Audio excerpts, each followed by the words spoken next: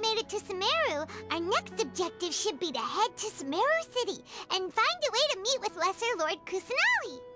And speaking of Lesser Lord Kusanali, even though we haven't heard too much about her, she doesn't seem to be the same deity who abducted your brother.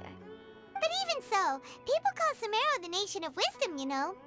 If we can get a chance to meet the God of Wisdom, maybe she can give us some useful information. But, Paimon doesn't know the way to Sumeru City. Maybe we can climb up to that spot with the statue of the Seven on it. That'll give us a way better view of things. Even if we can't see exactly where the city is, at least we'll be able to check for some smaller settlements nearby. Wait a second. Look! There's someone up ahead! Perfect timing! Now we can just ask for directions rather than wander around like lost adventurers. Hey there! We're not from around here and seem to have gotten a little lost. We'd like to ask for some directions. Huh? Did they not hear Paimon? Hey! You over there! Could you give us some directions? Huh? What's going on here? There's no way she could have missed that. Wait! Could she be ignoring us? How dare she? Well, even so, she might be heading someplace where we could find other people to ask. Let's keep our distance and follow her. When we get the chance, we'll just ask someone else for directions.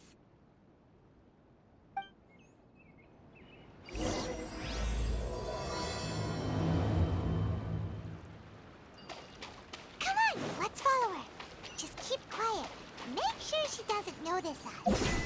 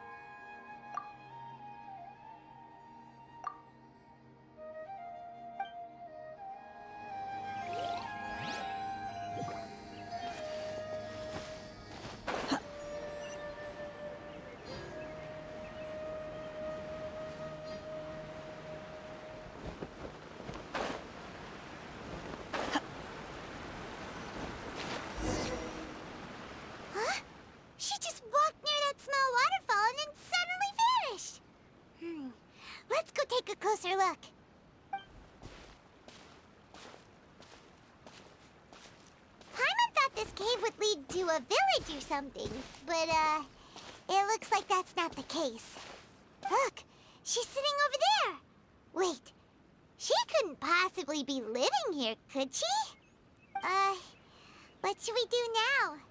Do we try asking her for directions again? All right, then. It's not like we have anyone else we can ask.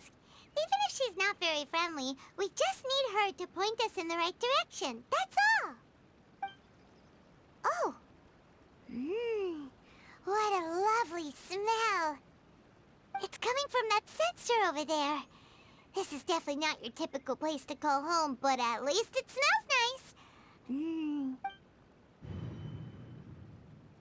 Huh? What's the matter? You don't look too good. What? Is the smell making you feel sick? Strange. Paimon doesn't feel anything.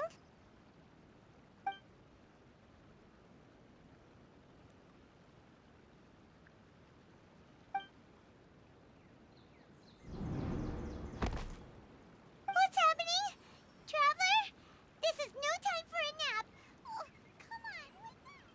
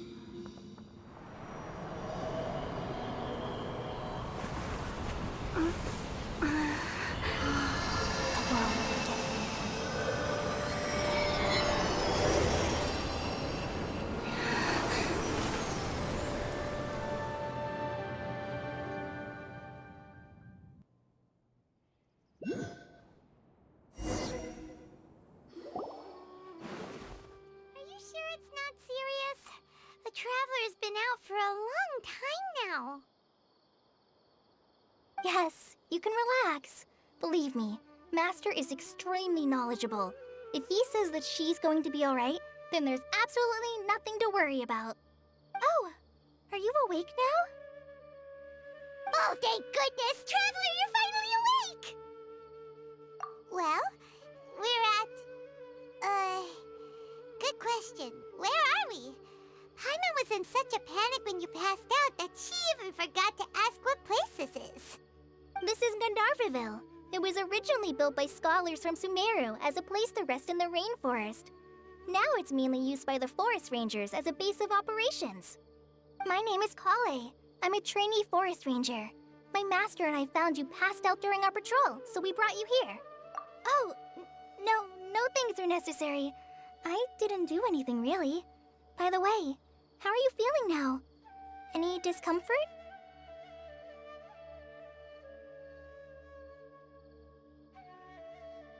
Oh, that's Master's herbal medicine you're tasting. He gave you some while you were unconscious.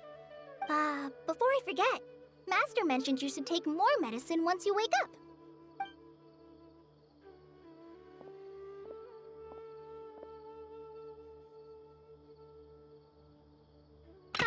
Whoops!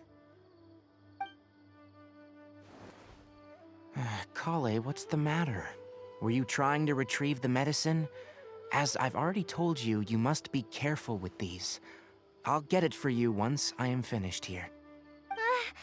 Sorry, Master. Now, the guide to Avidya Forest's edible fungi is clearly posted on our bulletin board, but if Farbode forgets which mushrooms to avoid one more time, I'll have no choice but to leave the guide somewhere a little more visible. Like right smack on his forehead so others can remind him to be careful. Right? This is the second time he's come down with food poisoning this month. I'll be sure to give him a good talking to. Yes, please do. If, on the off chance, Farbode simply enjoys having little imaginary fairies dance before his eyes, then we'll just let him be. But the next time he requires any of our medicine, be sure to charge him accordingly.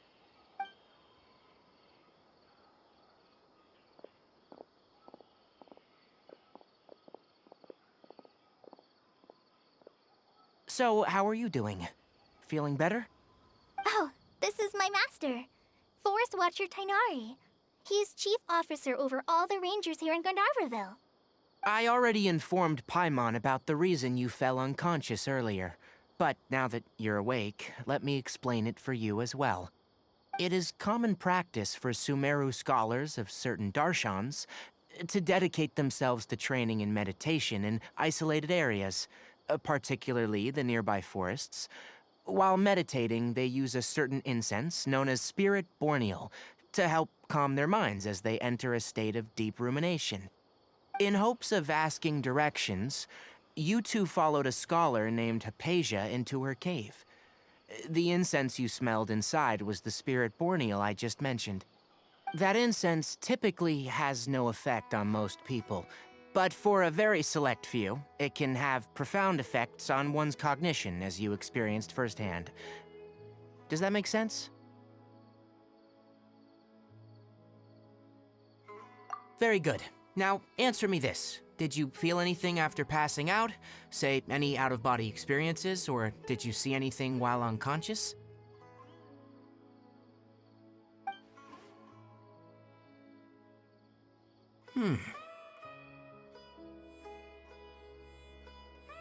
Kale, let the others know to stop bringing their patrol logs here for now.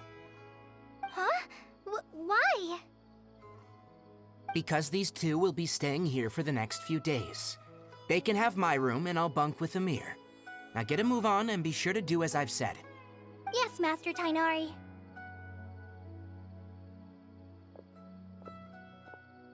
Wait, hold on a second. Can you tell us what's going on? Sure, let me fill you in. I originally planned to send you on your way once you finished your medicine.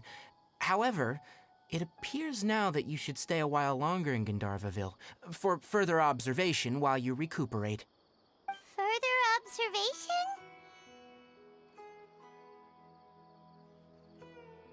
No need to be hasty. As long as you have the capacity to judge between right and wrong, I promise that you'll understand the gravity of the situation once I explain everything to you.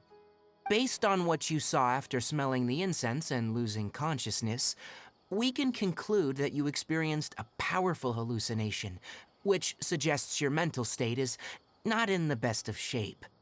If you're skeptical, have a whiff of this.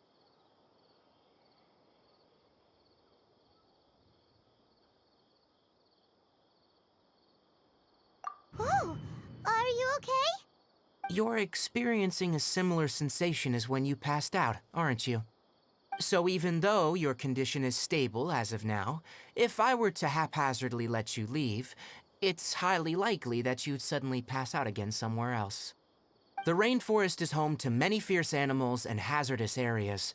If something were to happen to you again, I'm afraid you might not be so lucky. For now, I suggest you continue taking your medicine each day and avoid wandering off on your own, at least until you stop having adverse reactions to this kind of smell. Okay?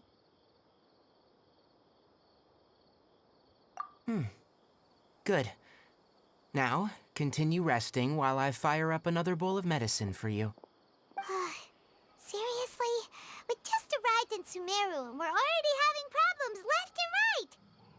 Paimon knows we're set on meeting Lesser Lord Kusanali as soon as possible, but you really don't look too good. It'd probably be best to let you recover first. Hey! Are you even listening to Paimon? Paimon's over here worrying about you, you know! What's weird? You mean how you're feeling now? You mean the vision of tree roots and red skies you saw? But if those weren't hallucinations, what could they be?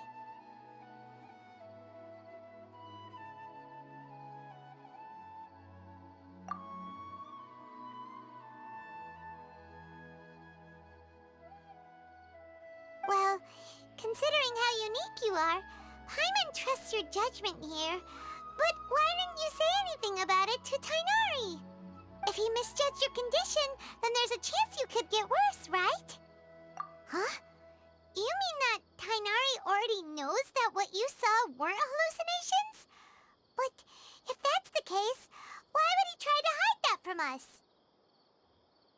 Oh, Paimon gets it now. That explains why you were so quiet earlier. Well, that settles it then. We'll stay here to rest up and figure out what's going on with your hallucinations. But it seems like asking Tighnari might not be an option anymore. What do you think we should do? Good idea. Kale's pretty friendly. We can ask her tomorrow about what she knows regarding the Dendro Archon and customs in Sumeru.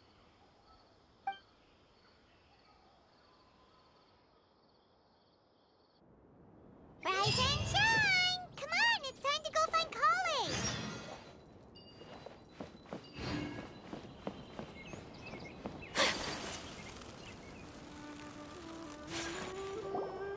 All right, next let's see your right hand. Not bad. But please remember that you still need to be careful, understand? Yes, I will. By the way, Master, I still haven't received the patrol route for today. Look, Kale, today's patrol will be a long one, so you won't be coming along this time. Besides, there's a chance we may encounter... well, you understand. But I have a vision too! Am I useless to everyone now? Don't talk like that, Kale. This is not something you need to be worrying about right now. Ah, there you are. Feeling any better? Yeah, since we'll be staying here for now, we thought we might as well try lending a hand around here.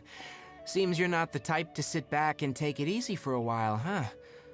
In that case, perhaps Kale could take you two for a patrol south of Gandharvaville for the day. And if you're feeling up to it, you can be responsible for cleaning the Statue of the Seven. Tighnari, we're ready to head out. Got it! I'll be right there! All right, we'll be heading into the forest now. I'll leave any further details to Kale. Yes, you can count on me. So, Kale, what exactly are we going to be doing today? Tighnari mentioned cleaning the statue just now, but, that doesn't really sound like the job for a ranger. Well, a forest ranger's responsibilities can be pretty diverse. They handle a variety of tasks, like checking the condition of outlying roads, maintaining forest facilities, ensuring fire prevention standards are met, and providing assistance to travelers and locals. As for Master, well, he has to handle more dangerous areas of the rainforest. Today we can perform routine checks on the pathway lamps as we make our way to the Statue of the Seven. Paimon, traveler, this way! You can leave the task of checking the lamps to me. In the meantime, you two can keep an eye out for anything unusual.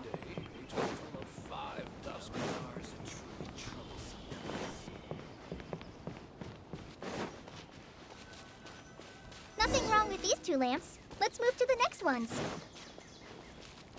Oh, this lamp seems to be getting a little wobbly. Let me make a note of it. No problems with this lamp. Good.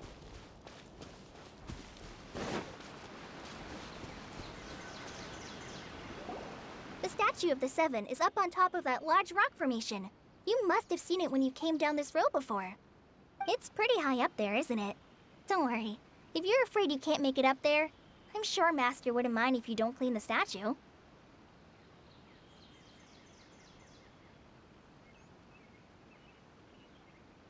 Oh? I guess I'll leave it up to you then. There's not much footing once you reach the statue, so be careful up there. Paimon will fly up with you and help you with those hard-to-reach areas. By the way, Kale, do you know anything about the Dendro Archon? You know, what's she like? That depends.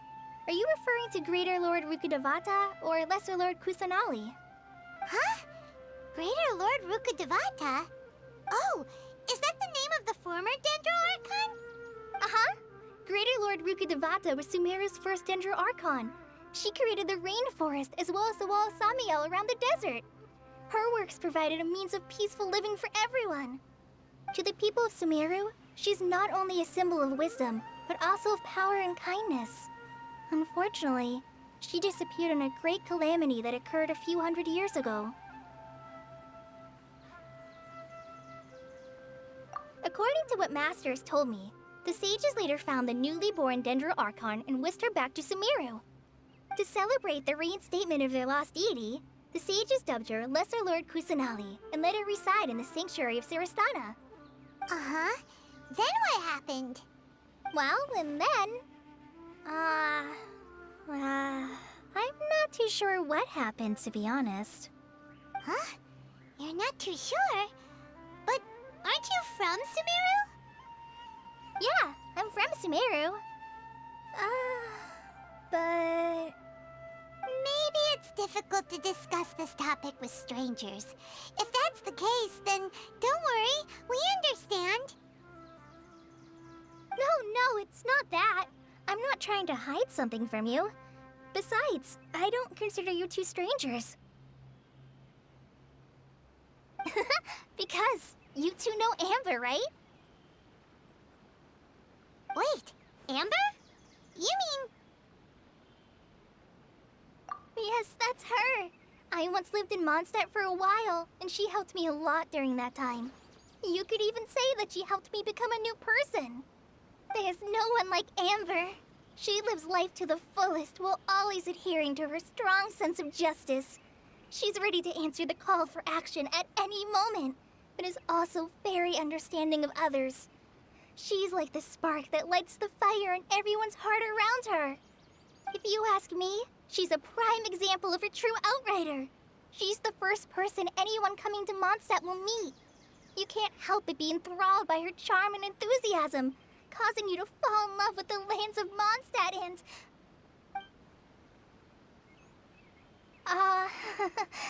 sorry.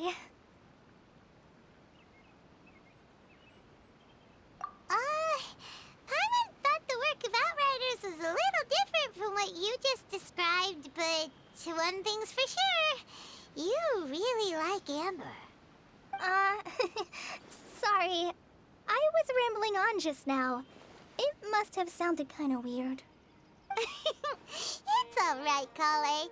Knowing that you're a friend of Amber somehow makes Paimon suddenly feel a lot closer to you. So, how do you know that we've met Amber? Well, after I returned to Sumeru, Amber and I have stayed in touch by writing each other letters. In one letter, she mentioned that Mondstadt was attacked by a fearsome dragon, but the city was saved by a mysterious blonde traveler and their floating companion. I knew you two were the ones she mentioned in the letter the moment I saw you. But, considering everything you've been through that day, I thought it'd be inappropriate to bring it up. Ah, so that's how you knew.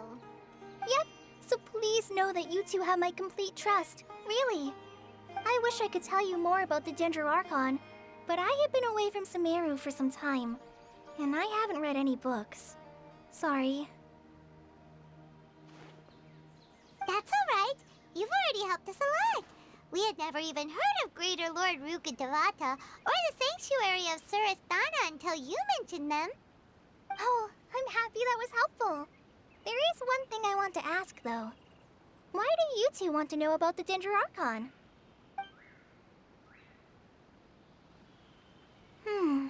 So that's why you're here. Thank you for telling me your story. Don't mention it. We are friends after all, right?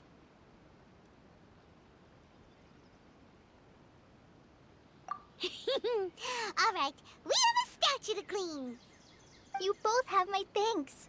While you two are up there cleaning, I'll go ahead and inspect the forest canopy. Let's meet back here shortly.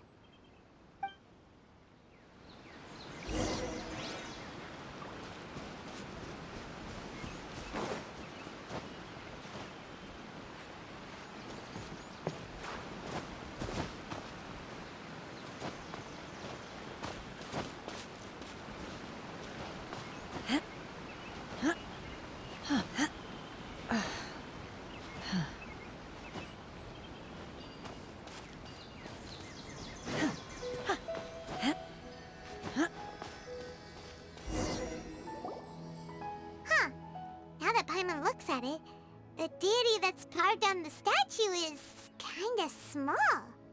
Do you think she's supposed to be Greater Lord Rukkhadevata or Lesser Lord Kusanali? You might be right. The statue does look kinda old. Well, anyway, we'll have to figure that out later. Let's get started on cleaning the statue. Paimon will fly up and take care of the top, and you clean everything below.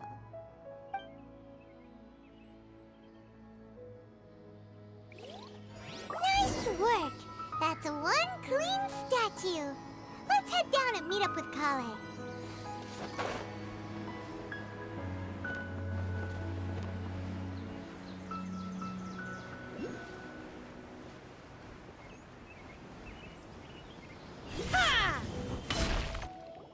Kale, we're back!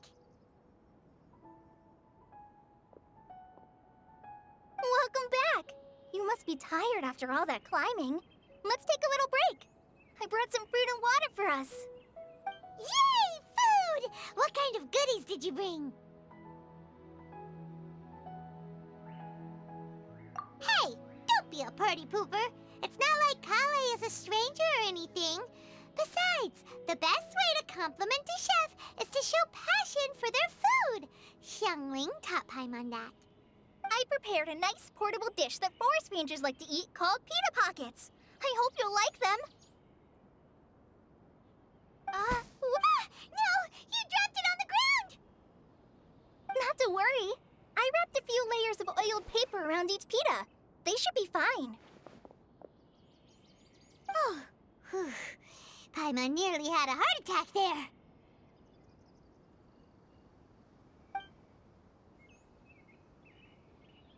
Those pitas are amazing! You're quite the cook, Kale. Thank goodness you wrapped them in paper. Paimon wouldn't have been able to sleep at night knowing something so tasty had been wasted. You really know how to compliment the chef, Paimon. Since you liked it so much, I'll be sure to give you a copy of the recipe sometime. I'll even include all my personal cooking pointers, so you'll be making your own pita pockets in no time. Yay! Thanks, Kale! It's hard to believe someone as diligent as you could have clumsy moments, too. Oh, I guess it happens from time to time. So, Kale, don't you think that Tighnari's a little too strict with you? He won't let you touch anything without his permission. Paimon knocks stuff over all the time flying around the Traveler, but she's never said anything. Everyone has their clumsy moments. No, you've got the wrong idea about Master. Sure, he may seem a bit harsh at first, but with some time, you'll see that he's actually very kind-hearted. I've heard the veteran rangers say that Master is from some ancient and mysterious race that is known for their cunning wit and reclusive nature, but Master is actually very kind at heart. Oh, by the way, you've heard of the Academia, right? Well, there's a group called,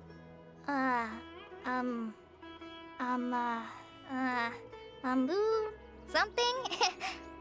Well, anyway, because Master does a lot of research on plants, sages from the Academia have written him many times, inviting him to take up an official position there. But Master declines their offers every time, saying, Sumeru City is too noisy. It'd be bad for my ears.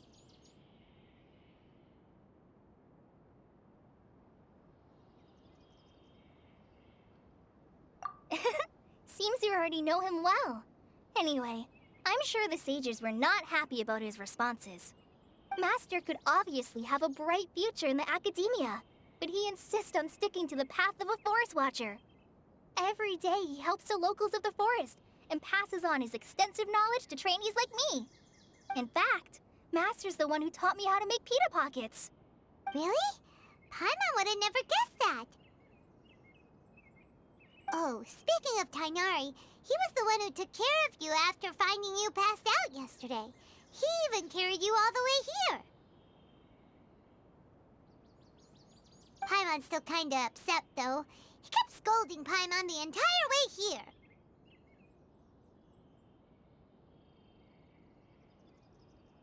Oh no, I'm sorry.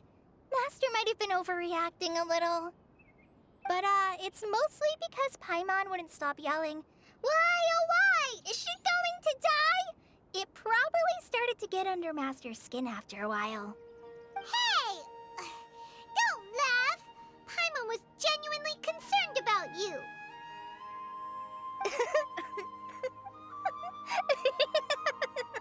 Hey! Now even Kale's starting to laugh.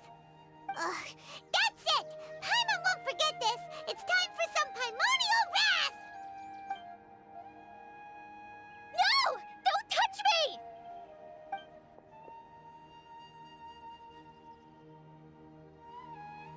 Oh, sorry, Kale.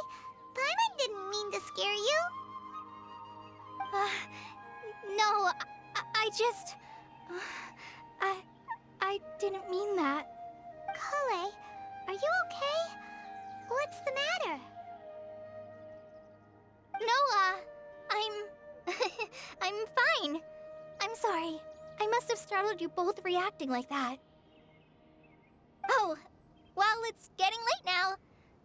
Let's hurry back to Gandharville. I think Master and the others should be back by now, too. Huh? What was up with Kale just now? And why is she in such a hurry all of a sudden? Look, she's practically running back. Paimon can't even see her now.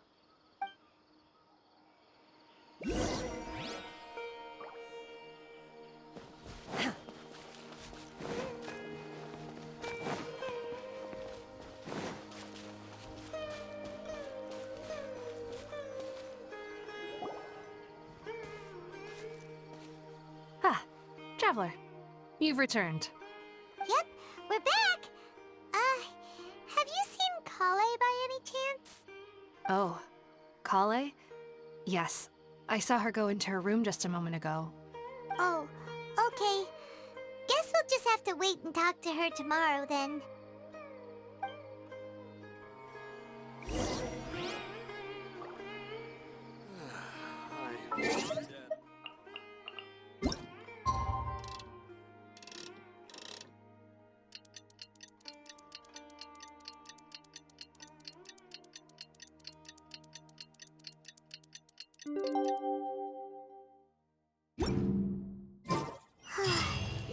Paimon was thinking all night about what happened with Kale, and still can't figure out what the problem might be.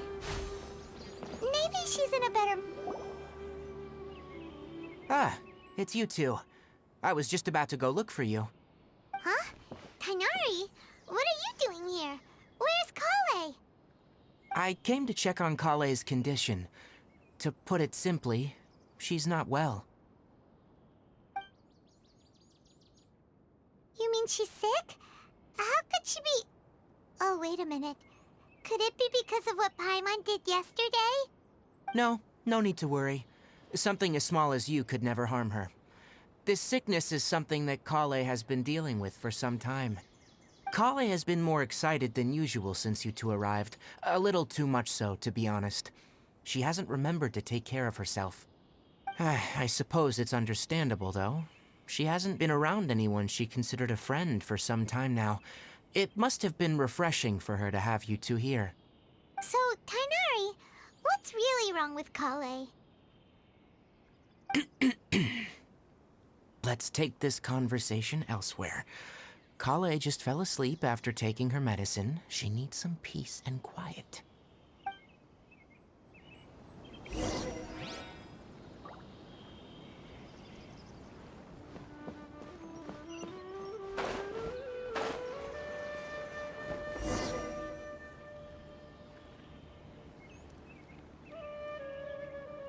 All right, let's continue our conversation here, shall we? To be honest, I hadn't realized you were that honorary knight from Mondstadt until Kale told me just now. I've also heard all about your deeds in Liyue and Inazuma. So just to clarify, what I'm about to tell you about Kale is not because of who you are or your past feats. Instead, I am going to tell you because, well, because Kale asked me to. And honestly speaking, I was against Kale revealing her past to you. But she insisted, saying you two treated her with sincerity and as a friend. So now she wishes to reciprocate the gesture. So, Tainari, what exactly is wrong with Kale? You said this is something she's been dealing with for some time. Just how serious is it? Right. Ever since she was a child, she's been afflicted with a disease called Elazar. Elazar? Yes. It's a disease unique to the lands of Sumeru.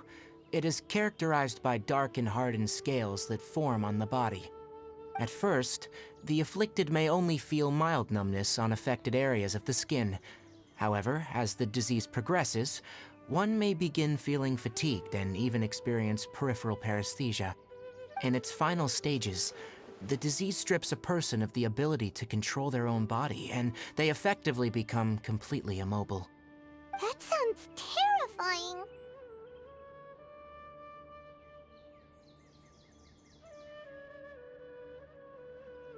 Wait, hold on. So when Kale seemed to be acting a little clumsy earlier, it was because...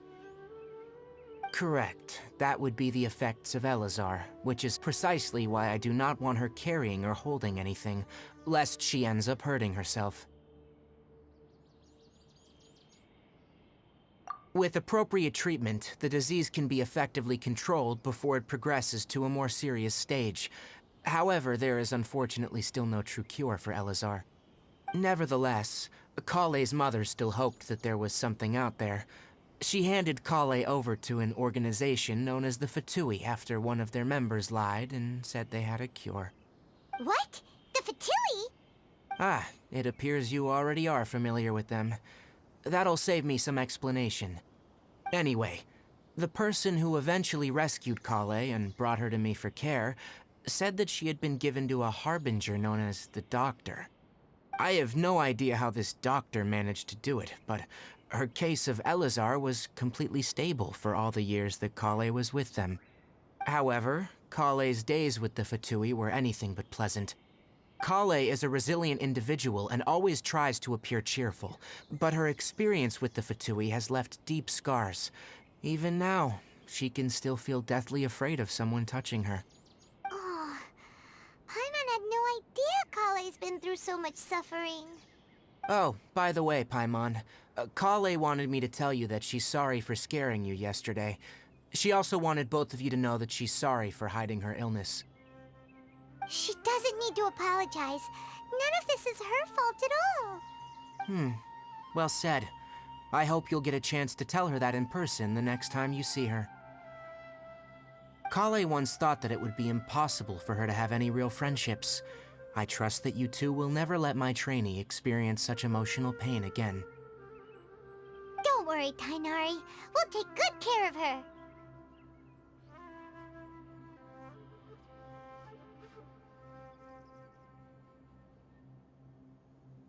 Well, it's not too serious at this point. She overexerted herself the last couple of days, which is what led her to break down this time. As long as she has taken her medicine and gets plenty of rest, she should get better. Though I must admit that Kale's condition was much more stable when she first arrived here in Gandharvaville. She was interested in the work of the Forest Rangers the moment she saw us. I could see that she was serious about learning, so I felt compelled to ask her to join us. Her stamina has gotten much worse recently. Though a moderate amount of physical exercise is always necessary, I'm afraid the long-distance patrols are a little too much for her now. Alright, now that I've told you about Kale's past, I think I'll head into the rainforest to find some ingredients needed for her medicine. I'll see you two later. Yeah, we'd like to do something to help Kale too. Alright, but I must warn you two. The rainforest is a dangerous place, especially for someone who's still recovering, like the Traveler. You must follow closely and listen to every instruction. No problemo. Let's go then. We'll be looking for a plant known as the Nilot Pala Lotus. It's often used to help those afflicted with Elazar recover their energy. Hey, Tainari? Where exactly are we going to find this plant? Nilot Pala Lotuses can be found all over the rainforest, but it often grows right here around Gandharvaville. given the name, it sounds like we should be looking for it in the water. You are correct. The Nilotpala lotus grows in the water. When fully matured, they look like giant blue flowers floating on the water's surface. Quite an attractive species, if you ask me. The large petals are actually the plant's leaves and sepals, which surround a very small flower. You should note that many of the plants found in Sumeru have names that are contrary to their species. Take the Cowpelata, for example. The plant is not a lotus at all, but rather a vine. And then there's the Sumeru. There should be Nilotpala lotuses growing somewhere in this area. Let's split up and begin searching. If you could manage to gather 4 of them, that would be sufficient. We'll rendezvous here once you've gathered the needed amount.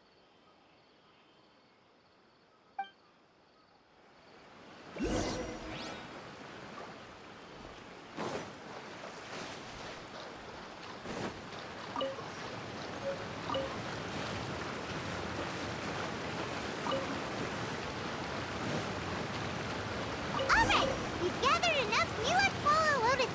Let's head back to meet Tighnari. Hey, Tighnari! We found the lotuses you requested.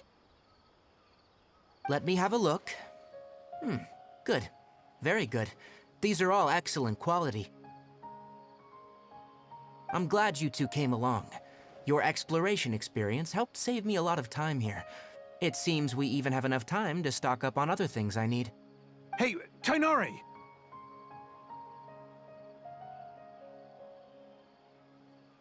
Oh, Tighnari! Someone's calling your name! They're dressed like a forest ranger. Ah, yes, that's Amir and the others. But didn't they just set off not too long ago? What are they doing back so early? Let's go find out what's going on.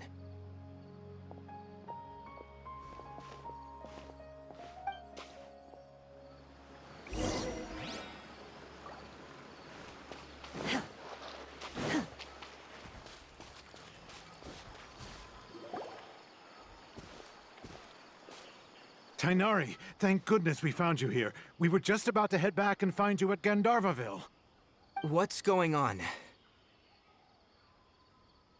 We just discovered a withering zone. The Withering is back? But the patrol route you were on should have been already cleared just a week ago. It reappeared so quickly. Can you tell me the exact location? It's up ahead, deep in the river valley. It's appeared in a spot that blocks nearly the entire narrow part of the valley area, so we decided to come find you as quickly as possible. And the radius of the contamination? Sorry, I couldn't get a clear enough view to tell.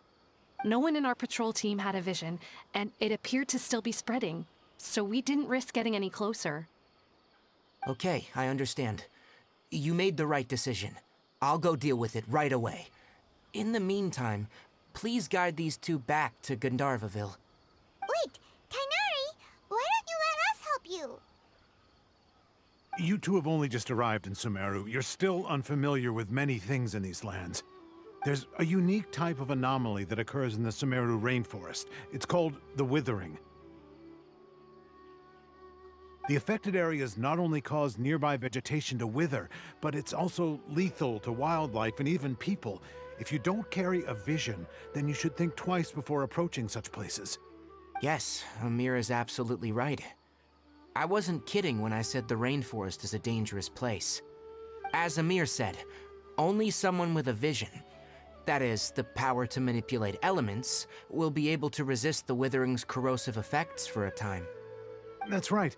If any of the forest rangers without a vision come across a withering zone, we first make a record of the location and then have a ranger with the proper abilities deal with it, like Tighnari here.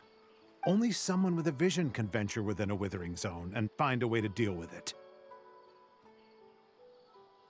But you don't seem to carry a vision. Don't worry, she may not have a vision, but she's a real pro at using the power of the elements. Seems the rumors about you were true then. In that case, all right, you two may accompany me.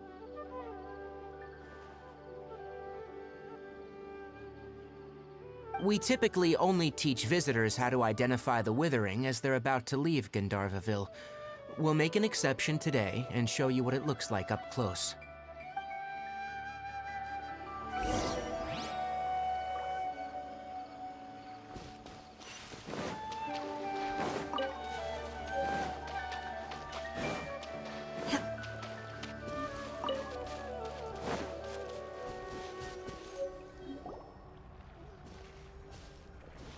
Stop. Don't move any further. Look there, in the distance. Huh? Where? Oh, look! Those plants have withered. That whole area is kinda gloomy. Even the air looks like it's filled with ash. Oh, Paimon doesn't like the look of this. That is the Withering. All right, Traveler. We're gonna have to enter that Withering zone. Once inside, we'll need to look for what we call tumors of the Withering. If we eliminate those, then the area will be saved.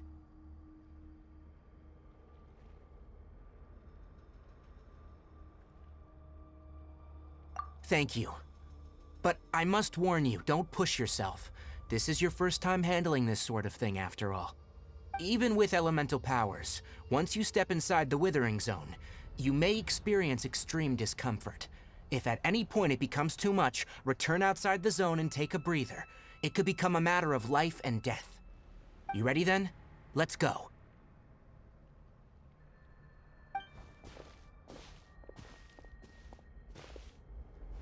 First, we must locate any branches sustaining the Withering zone.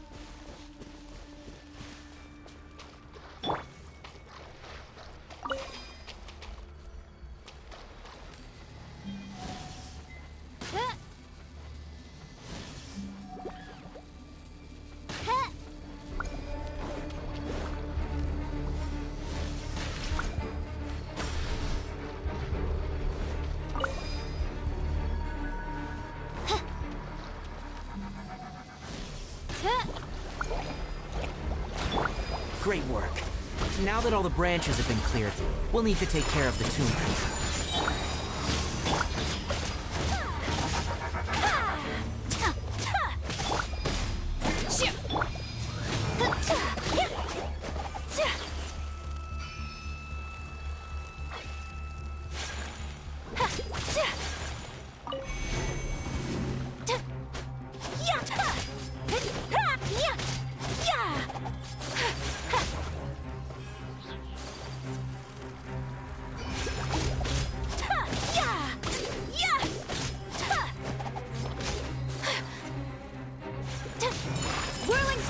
Now!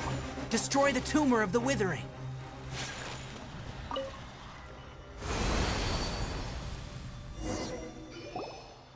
did it! Everything's returning to normal now! Yes. Thanks to you two, we were able to quickly restore this area back to normal. Tighnari? You make it sound like we did well, but why does Paimon have the feeling you're worried about something? It's that obvious, huh? Alright, it's like this. Recently, the rate at which Withering zones appear has been increasing. Even though we were able to quickly clear that Withering zone, it won't be long before another one appears. If that simply meant more work for me, then that wouldn't be an issue. But it's far more severe than that. The Withering is leaving lasting effects on the rainforest itself. For instance, even though we cleared out the Withering zone, many of the plants that were affected will not recover. This presents a crisis for the ecosystem itself. Many plants in the rainforest are already in decline, directly impacting the wildlife that depends on those plants. And most disturbingly, as the appearances of Withering zones have started to increase, Kale's case of Elazar has also become more serious. Huh? But why's that? I'm still not sure of the exact reason. However, I've received word from acquaintances at the academia that similar cases are being reported for patients with other conditions. No, none that we know of. The Withering has been recorded in Sumeru for millennia. It's said that it originates from the depths of the world. Oh, by the way, have you heard of Irminsul before?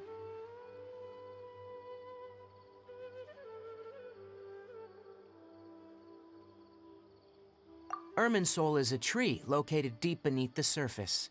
Although it isn't like any tree we know in a biological sense, you can basically think of it as a large tree that grows downwards rather than upwards. I'm sure you've heard of ley lines, right? They're like the roots of Irminsul, spreading and extending from a massive cavern deep underground all the way up to the surface.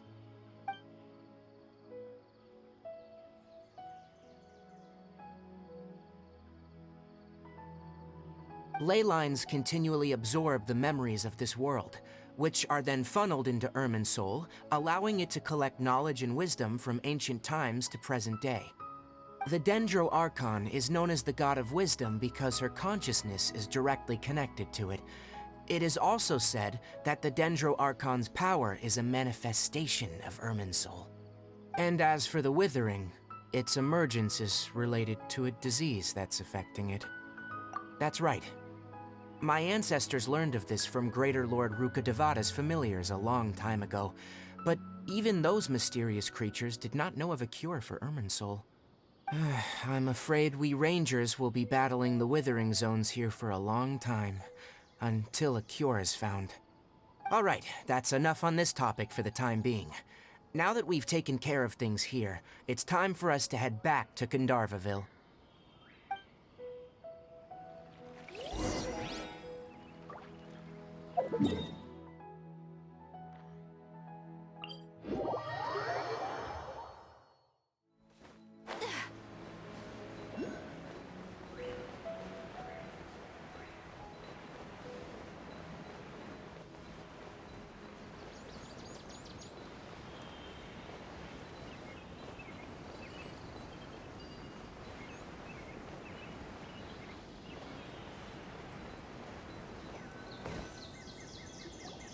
Oh, Tighnari, you all made it back. How did it go? The Withering Zone you reported has been taken care of. No need to worry. Huh? Wait, is that? Oh no, Hypatia!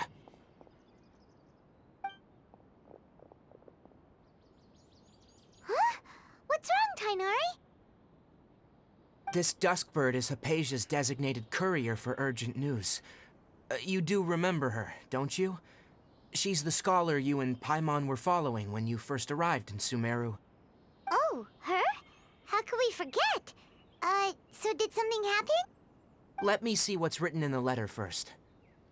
So what's it say? And what's with that weird expression on your face?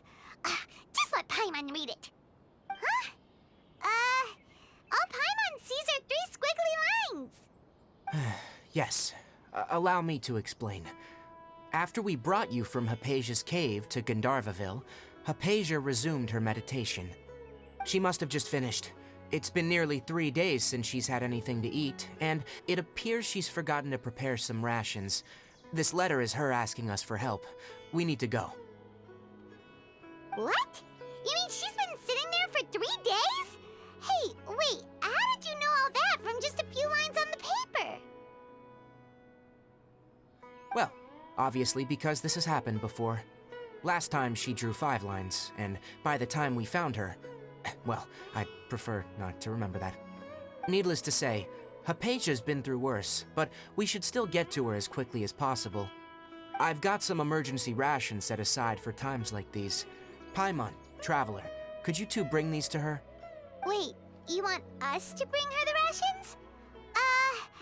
But will the Traveler be okay if her cave is still filled with that funny incense? Let's find out. Here, Traveler, take a smell and see. So, how do you feel? Huh? Really? You're not feeling even a little drowsy? But wait, how'd you know that she'd be okay this time, Tighnari? Back when we were clearing the Withering Zone, I observed that she could adeptly manipulate the Dendro element. I knew then that she would be fine.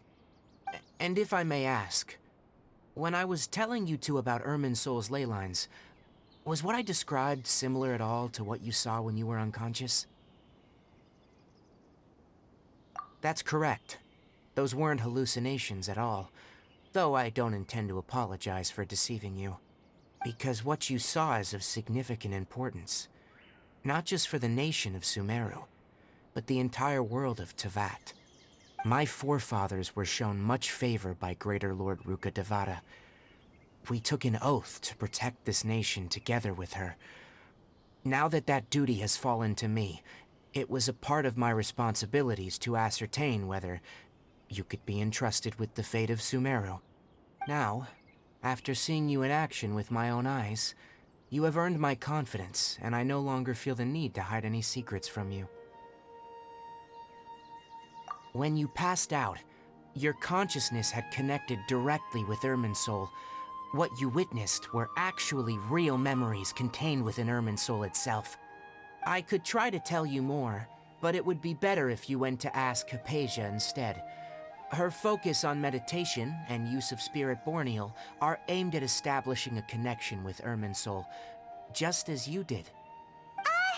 That sounds nice and all, but will she really help us? Seriously, she completely ignored us the last time we tried talking to her. That was because when you ran into her, she was in a special phase of her training. During that time, she must avoid communicating with others. Please, wait here for a moment.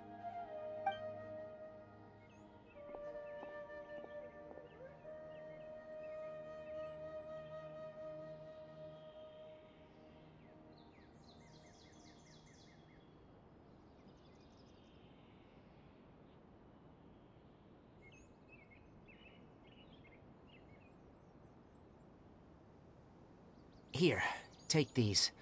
It's a meal I packed for Hypatia, as well as some other ingredients. I'm sure it'll come in handy. Also, here's a letter that I would like you to give to her. Just show it to her, and she'll answer any questions you may have.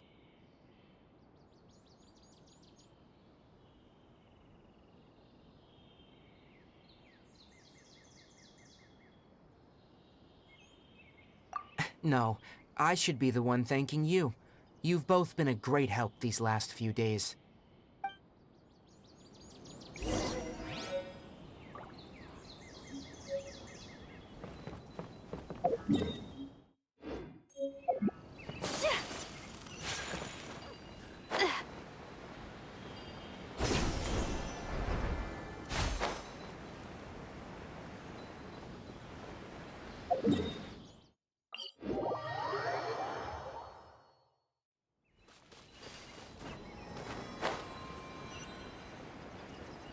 Hypatia should still be in the cave. Let's go inside and see how she's doing.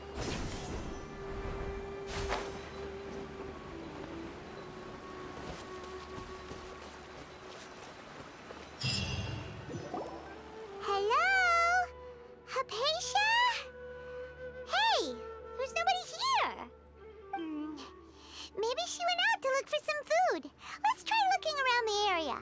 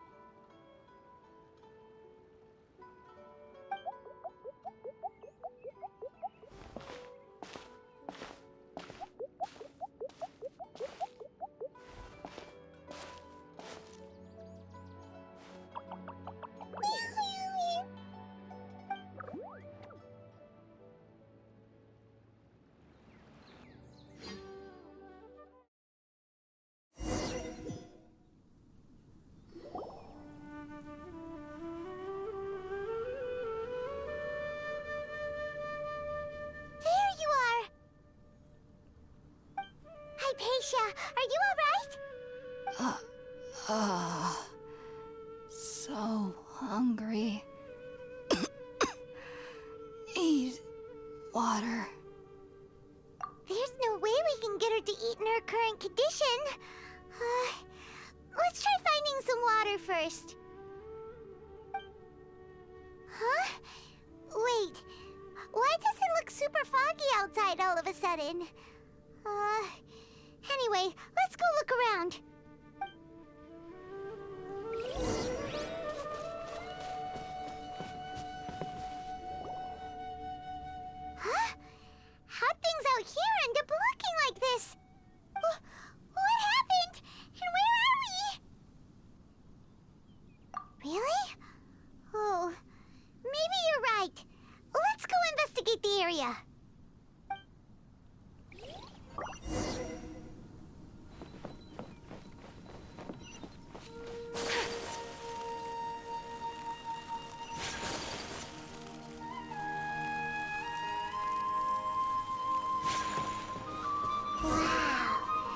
place is huge!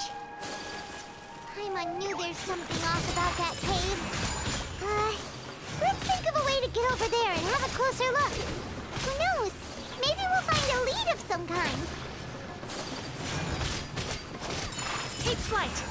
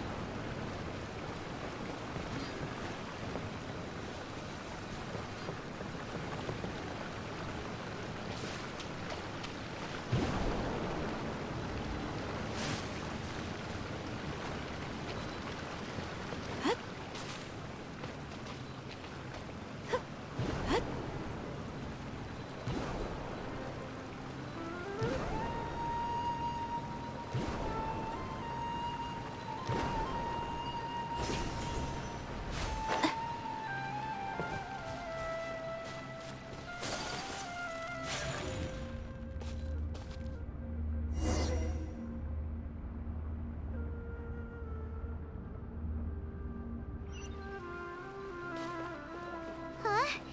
What happened just now? Why'd everything around us suddenly change?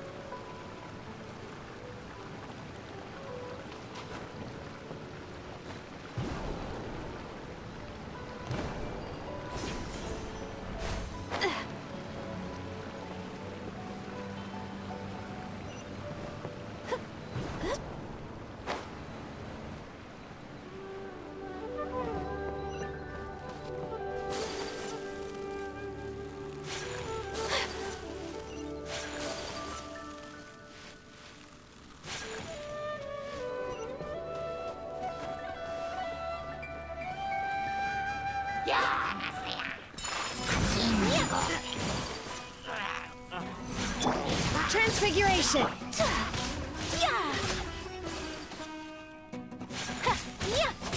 My apologies!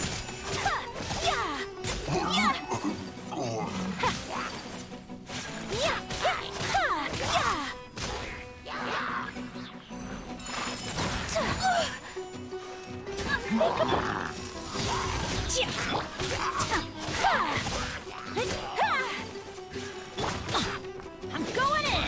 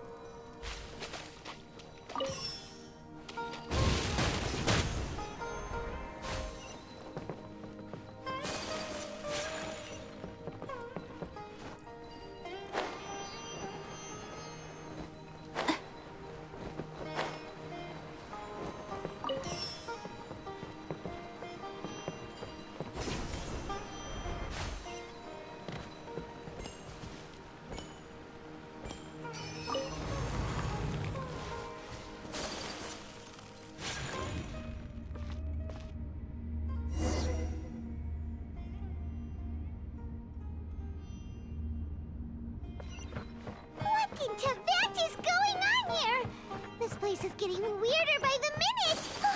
Hey, what's the matter? You don't look so good.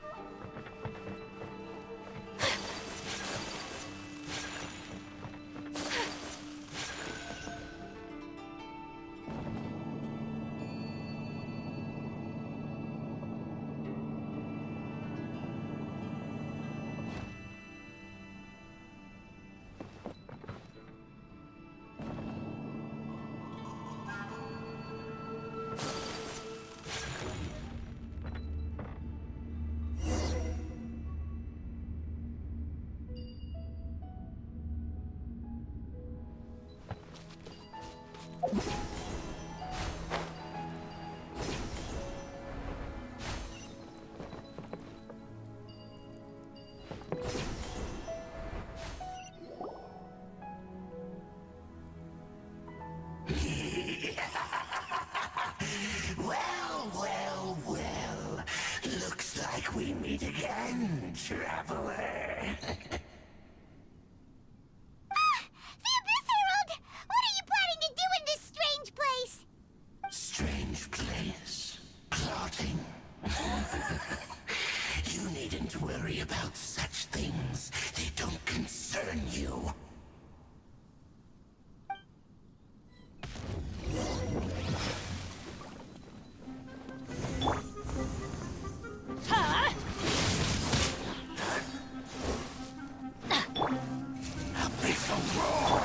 Take your true form!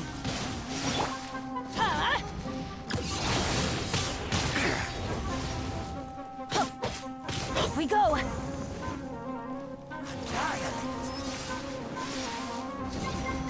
Out of the way! Teamwork is Cryo Incarnate! Sakura Swirl! Take flight!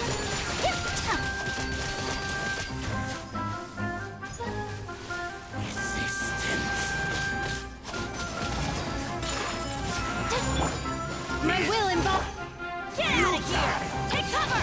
The end is nigh. Ow! Shadow Raven, let night fall! The end will come. Huh? Why can't we beat this guy? Oh, Paimon doesn't get it! We've faced others like him before! What's wrong this time? Traveler, though you may have managed to avert countless crises before, your good fortune was bound to end sooner or later. It's time you realize how weak and powerless you really are. Your brother. Oh, pitiful traveler. Are you really so ignorant? Or are you just living in complete denial? His Highness has long since forsaken you. Your meager existence in his eyes is that of an annoying bug, only to be stepped upon. The bonds of love and family which drive you to find your sibling are utterly gone. Your journey is meaningless. But don't you fret now. Today will be your last. Now die!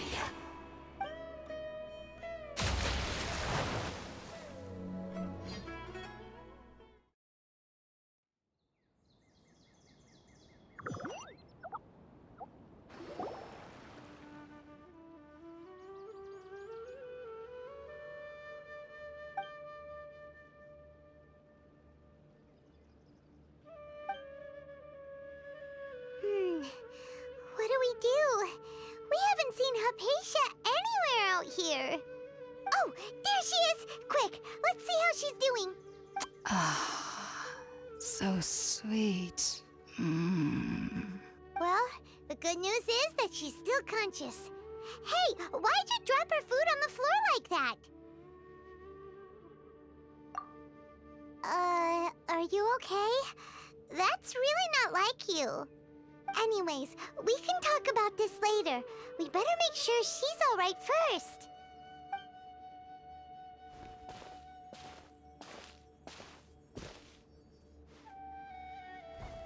Whoa! Wait a sec. Look at all this fruit lying around her. We can put that to good use.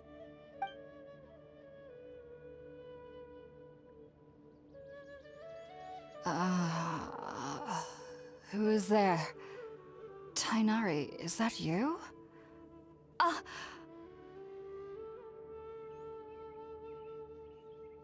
Huh? It's okay. You can relax, Hypatia.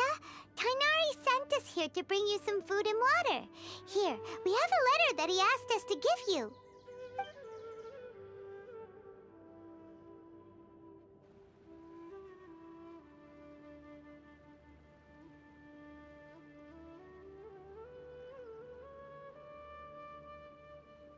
I see.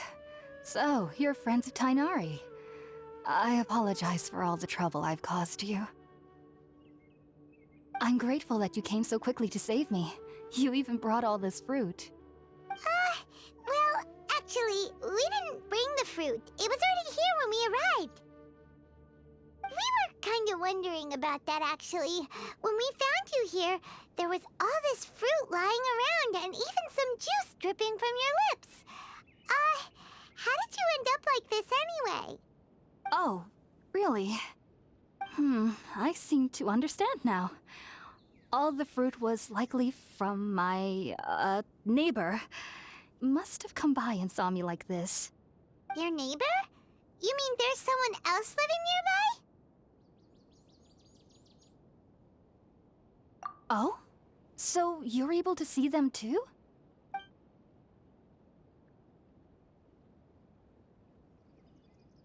Wait, hold on a second, Traveler. You say that before we arrived, you saw some mysterious creature and suddenly had a strange dream? Isn't that a little too crazy to believe? No, I actually do believe what the Traveler is saying. I myself had a similar experience once before and ended up scaring my timid little neighbor here. You needn't worry. They mean you no harm. They only dragged you into the dream because they hoped to buy themselves a little time in order to scurry away. So, Hypatia, just what kind of creature is your neighbor exactly? I'm not sure what it's called, to be honest. But I do know that they have some sort of deeper connection with the Dendro Archon. I know this because the first time I saw them was also the exact day my consciousness was able to form a connection with Irminsul. Even after I opened my eyes and stopped meditating, my heart was still pounding, and my mind was racing with all the knowledge that I had touched. And at that very moment, I suddenly noticed a small figure at the opening of the cave. In my curiosity, I began to walk over to the creature. They must have already been used to me living in the cave, because they didn't seem to mind me approaching them. They just kept doing whatever they were up to. It wasn't until I crouched down next to them that they suddenly realized that I could see them. Oh! And then? And then I had a dream. By the time I came to, they were nowhere to be seen. I was convinced they'd never show up again.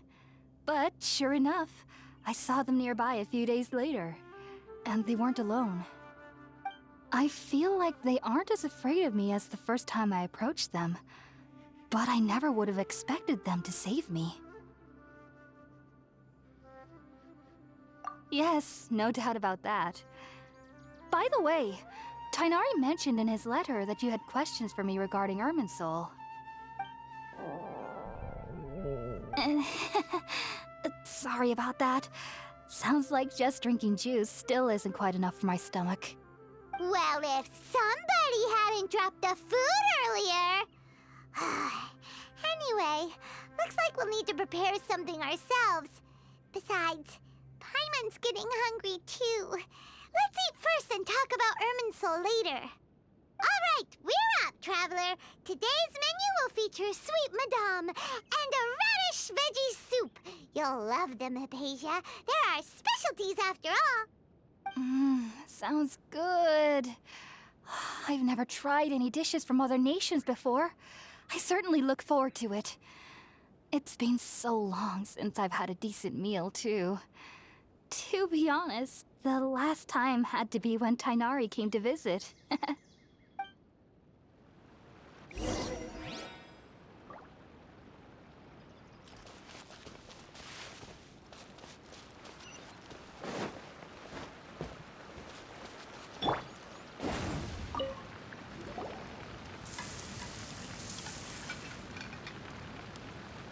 All done!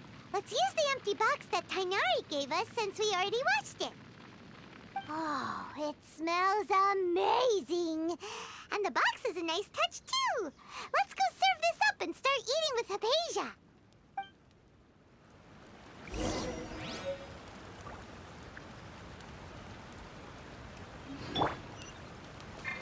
Unleash!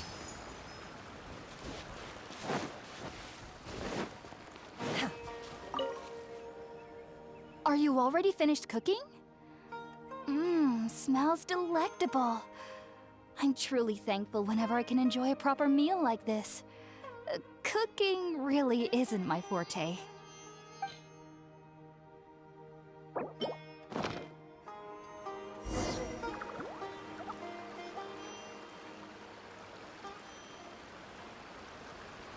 Even though everything you mentioned was in Tainari's letter, it's still hard to believe you were able to connect with Irminsul immediately after smelling Spiritborn Ale for the first time.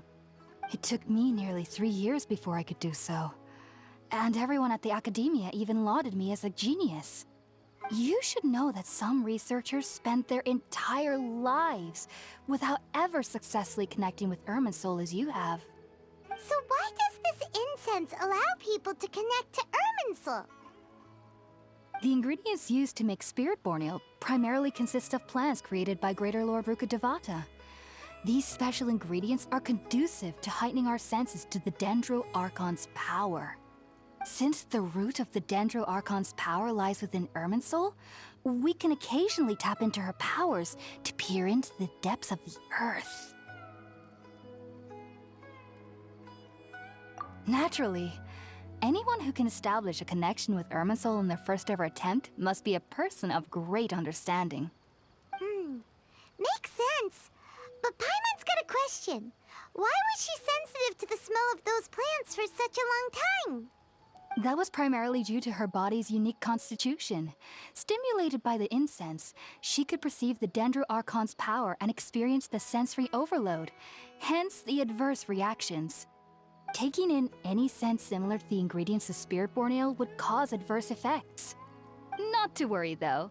It appears you've already fully recovered. Technically, your body should still be sensitive to the powers of the Dendro Archon, but unless you're using intentional meditation techniques, the scent of Spiritborn Ale should no longer trigger such reactions. Whew. Well, that's a relief. I must admit, I am quite envious of your abilities. Even if it meant suffering from pounding headaches for the rest of my life, I'd consider it worthwhile so long as I could connect with Irminsul at will. Whoa. You're really serious about this whole thing, aren't you? I am a researcher after all. As a member of the Ritaoist Darshan at the Academia, my main area of research is the stars and their connection to the fate of living beings. But there is still so much we don't know, especially regarding the mysteries that lie in the starry skies. Which is why I must turn to the all-knowing Irminsul for answers. If only my perception wasn't so limited. Unfortunately, I cannot guarantee that my every attempt to attune with Irminsul will be successful, or that doing so will leave my consciousness intact. I am currently in the stage of training known as Satyavada life. Many researchers in Sumeru have lost their minds while seeking to attune with Irminsul during this stage. Sages have said that Irminsul contains divine knowledge, and touching such knowledge without the proper preparations and abilities will only lead to one's mind caving in on itself. That's why we meditate alone. We need to ensure that our minds will be calm while minimizing the possibility of involving anyone else. Whoa. so knowledge from Irminsul could be super dangerous. Don't you ever feel afraid of the risk, Hypatia? Of course I do. Especially during nights that are pitch black with no moonlight, and dead silent without even the sound of insects. However, I've been feeling better as of late. I don't get as scared anymore knowing that I have a little neighbor living nearby. I believe that being able to see them is a sort of blessing from the Dendro Archon. But what's strangest of all is that they're clearly an envoy of the God of Wisdom herself. And they have the curious power to make people dream. What's so strange about that? It doesn't sound so out of place for a divine being, does it? Well, it's strange because nearly nobody in Sumeru can ever dream. Oh, is that true? Yes, well, to an extent. Only children can dream in Sumeru. Adults, however, never do. The sages say that wisdom implies rationality, but that which occurs in dreams is often neither rational nor logical.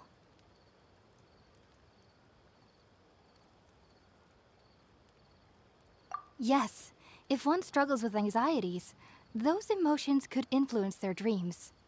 The fact that the people of Sumeru do not have dreams is seen as a blessing by the sages. They believe that Greater Lord Rukkhadevata, the God of Wisdom, is keeping us away from the foolish delusions you encounter in your sleep. I was born into a family of scholars in Sumeru City. Ever since I was a child, my parents would always tell me that I'll know I've grown up once I stop dreaming. I studied hard, enrolled as a student in the academia, and went on to become a researcher. Sure enough, I never dreamed again. But then, on the day I scared the little Aranara, I suddenly saw a dream again. It was incredible.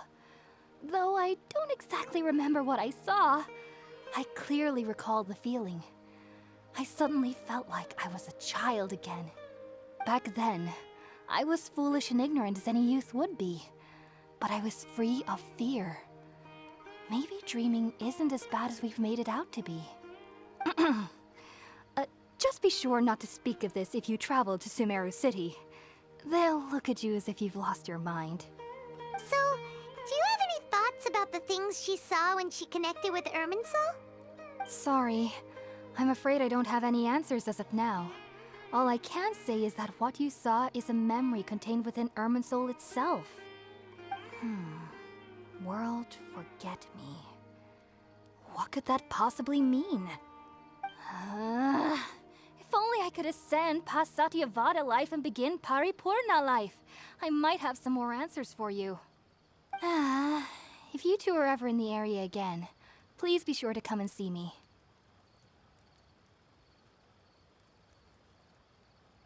There's no need to be thanking me. You two are my saviors. Besides, I'm already looking forward to tasting some more of your cooking.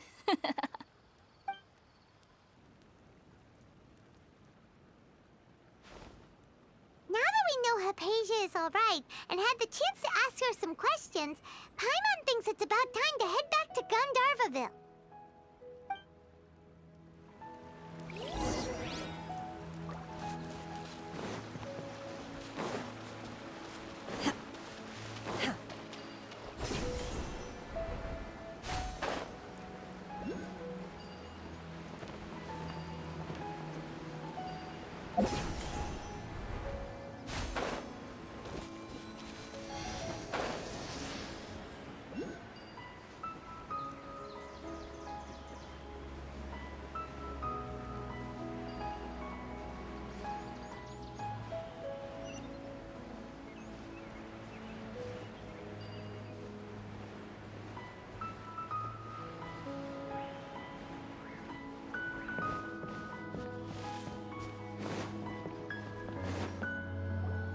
Think about it, Tighnari. Refusing to join is tantamount to burying your head in the sand.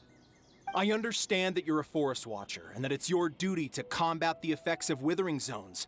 But isn't it evident that such work is not a lasting solution to the problem?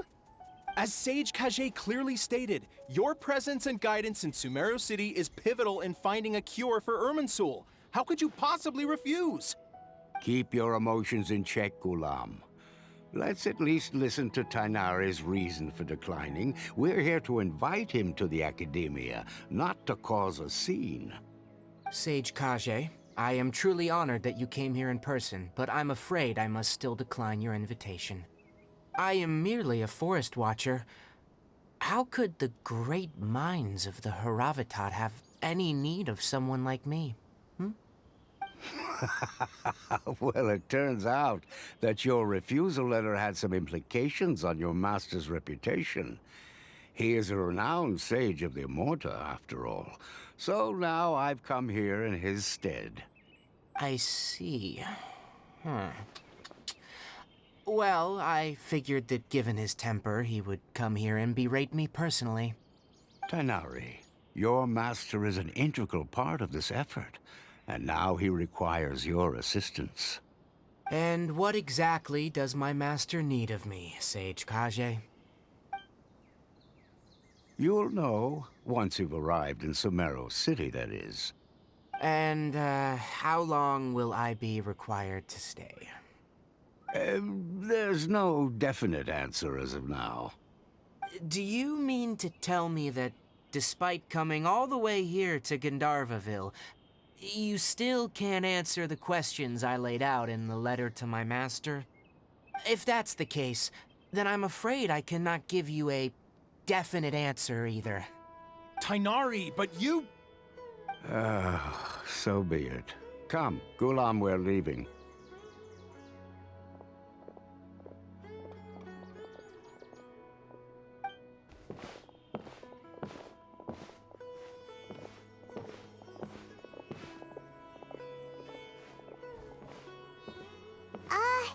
Tighnari, what was that all about? It's nothing. Some people from the Academia wanted me to go to Sumeru City to assist them with a project, but I had to refuse on account of all my responsibilities here. But all that can wait. How did things go with Hypatia? It was quite the eventful trip, but the main thing is that she's safe and sound. She answered a bunch of questions for us, too. Very good. Now that the Traveler has made a full recovery, there shouldn't be any reason for you to tarry here longer. I assume you will be heading to Sumeru City, correct? That's right! We want to meet Lesser Lord Kusanali and ask her for advice. Do you have any idea on how we can find her? Sorry, I'm afraid I don't have any advice for you there. Well, do you at least know anyone we can try asking in Sumeru City? Let me think. My trips to Sumeru City have been fairly short, and most of my acquaintances are researchers. Oh, how about this? I'll write you a letter of introduction that you can give to a researcher I know. He's from the Amorta Darshan and is adept at gathering information. Asking him might prove worthwhile. Also, when you enter Sumeru City, you'll probably end up receiving something like this item here. I'm not sure if it will ever come in handy for you, but maybe you can give it a try. Oh? What is it? It's called an Akasha Terminal. It's a tool produced by the Academia that utilizes the legacy of Greater Lord Rukkhadevata. Some say that this item is the very basis of Sumeru's reputation as the City of Wisdom. Needless to say, this device and its usage fall under the Academia's expertise, so I'll leave it to them to show you how to use it. Great! Next up, Sumeru City! But wait, before that... That's right! Tighnari, we have something important to say to Kale before we leave. Is she doing better now? Yes, she's doing much better. After being confined to her bed all this time, I thought a little walk would do her some good. Last I saw her, she was taking the path towards the North Crossing. She knew you two would be leaving soon, so she must have wanted to see you off. Thanks, Tighnari. All right, let's go! Farewell, and good luck to you both.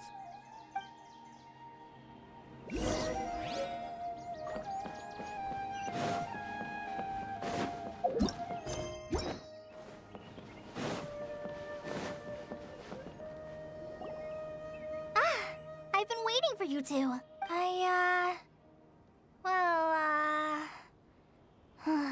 Never mind. I guess I should just wish you two a safe and successful journey. Thanks for waiting here just to see us off, Kale. We're headed to Sumeru City. Don't worry about me. I can take care of myself. My condition won't be getting in the way of my duties. I want to be a forest ranger after all. It's up to me and the others to protect the rainforest here. And, I'm sorry. I should have told you both about my condition when we first met. I just wanted you two to treat me as a normal friend, not some girl that needs your sympathy. But I guess now I understand that the most important thing is for friends to be genuine with one another. There's no need to apologize, Kale. We should be thanking you for trusting us enough to be your friends and sharing your past with us. We're probably still gonna worry about your condition, but that's because we're friends and we care about you. Thank you. That means a lot. Before you leave, I have something for you. Oh? What is it? It's my recipe for pita pockets. I told you that I'd give you a copy, remember? My handwriting is a little, messy, so please don't laugh. Yay! Thanks, Kale. Now we can eat those scrumptious little pitas whenever and wherever we like. I hope that whenever you eat them, you'll both remember your time here in Gandharvaville. Well then, I, trainee Forest Ranger Kale, bid you both farewell. Please visit Gandharvaville again. The Rangers will always be ready to assist you here.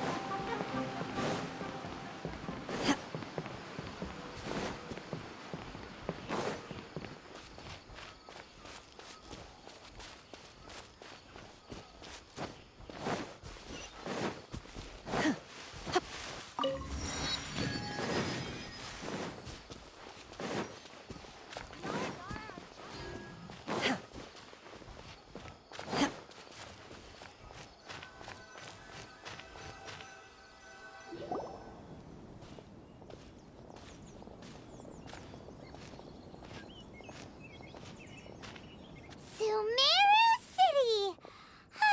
We finally made it! Oh, did you see that? When those people entered the city, something on their heads lit up. One moment, please, you two. It appears this is your first time visiting Sumeru City. Oh, yeah, that's right. But how did you know that?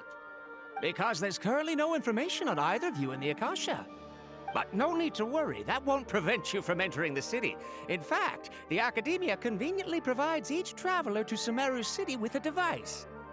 Perhaps you two have heard of the Akasha before. It's our beloved Greater Lord Rukkhadevata's lasting legacy, a treasure trove of collected knowledge. After centuries of tireless research on the Akasha, the Academia created one of its most ingenious inventions, the Akasha Terminal. As long as you are within Sumeru's borders, you may use an Akasha Terminal to connect directly to the Akasha and access any knowledge you need. I should mention that due to technical limitations, the operation of Akasha Terminals will be much smoother and more effective in large cities such as Sumeru City and Port Ormos. Oh, so this is the thing that Tighnari was telling us about. It sounds pretty amazing. You two are quite fortunate. Until recently, it was standard practice to only issue Akasha Terminals to Outlanders who spent an extended amount of time in Sumeru. However, this policy was recently changed, and now all travelers are issued one upon arrival. Here are your Akasha Terminals. Please handle them with care. It kind of looks like a leaf.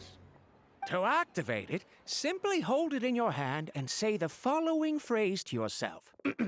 May the mighty God bless us with their voice of wisdom. Oh, says this little doodad lets you access knowledge. Maybe we can use it to find a way to meet Lesser Lord Kusanali. Let's give it a try. Ahem. May the mighty God bless us with their voice of wisdom.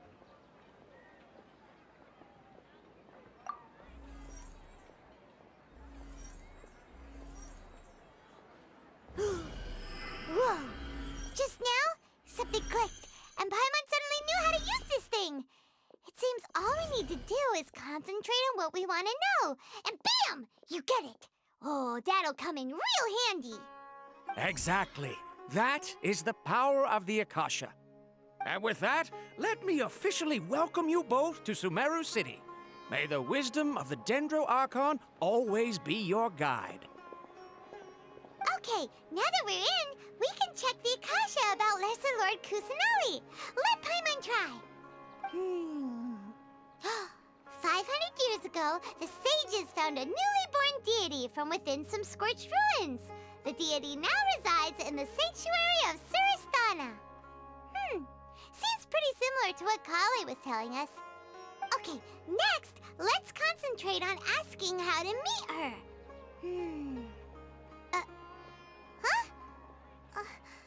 Paimon doesn't sense anything. The Akasha didn't respond to Paimon's question. Oh, come on! Ugh. Focusing on this question feels like when you have something you're trying to remember and it's on the tip of your tongue, but you just can't think of it. Ugh. Paimon's brain is exhausted. Oh, smart idea. But what are you going to ask it?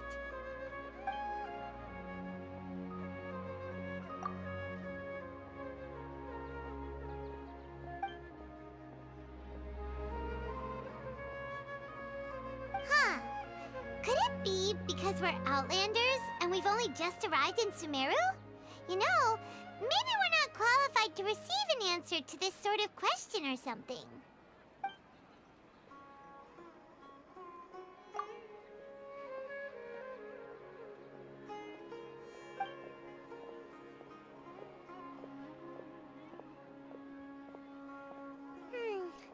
You too?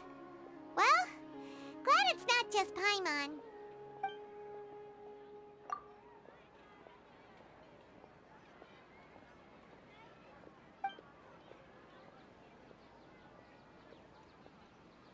Uh-oh.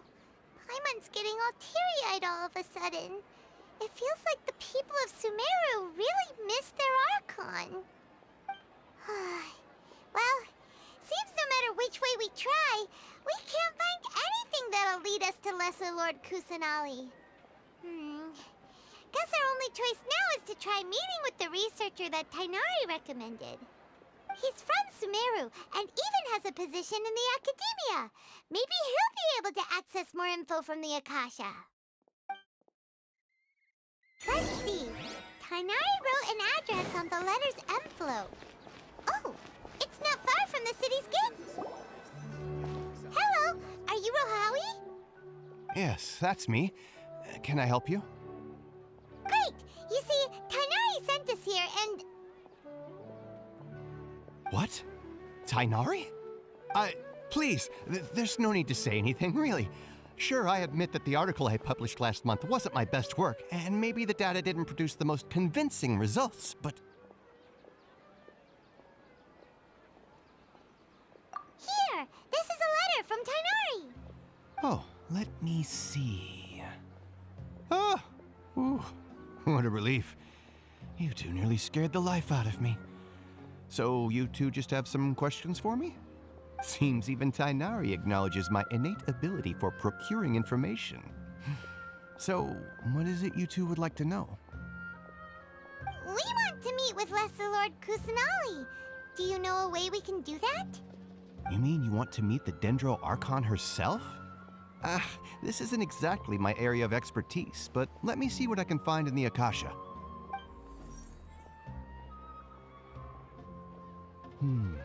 Sorry, the Akasha didn't respond to my query. What? You too? But what about your abilities for getting information and all that? Paimon was sure you'd be able to access more info than we did. Well, as I said, this isn't my area of expertise. I am but a lowly researcher, so the Akasha doesn't see a need for me to know more about the Dendro Archon.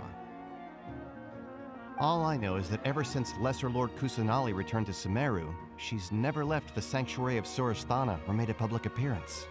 Huh. Didn't expect her to be such a mysterious figure. The Dendro Archon is somewhat of a recluse. Perhaps she just doesn't want to entertain visitors, which would explain the lack of information in the Akasha. But then what can we do? No need to worry just yet. I'm only hypothesizing here. You could certainly try asking around and see if anyone else has ideas. And besides, you two should consider the bright side of things. Not being able to see Lesser Lord Kusanali may not be a bad thing. In this world, there will always be information you cannot obtain from the Akasha and things you can never accomplish. Knowing when to yield is a form of wisdom. Take me, for example. It's a miracle if my brain cells can spit out one paper every 3 years. But Tainari?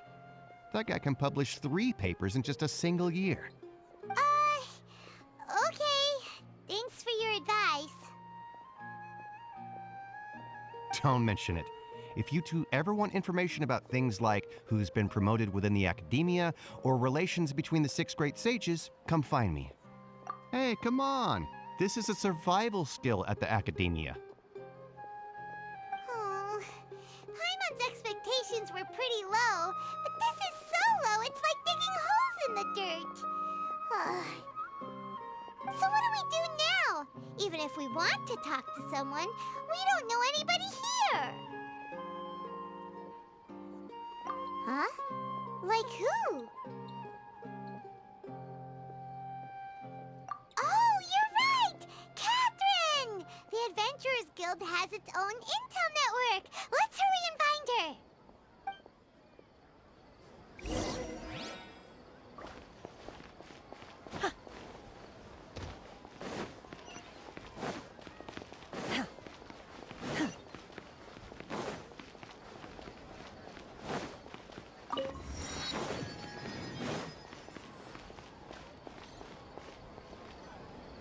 Ad Astra Abyssosk. Hello, Traveler and Paimon. Catherine, we need your help with something. Understood. The Adventurers Guild is always ready to serve you. With what do you require assistance? We want to meet with Lesser Lord Kusanali. Do you know a way we can do that? You two wish to meet with Sumeru's Archon. Understood. Please wait.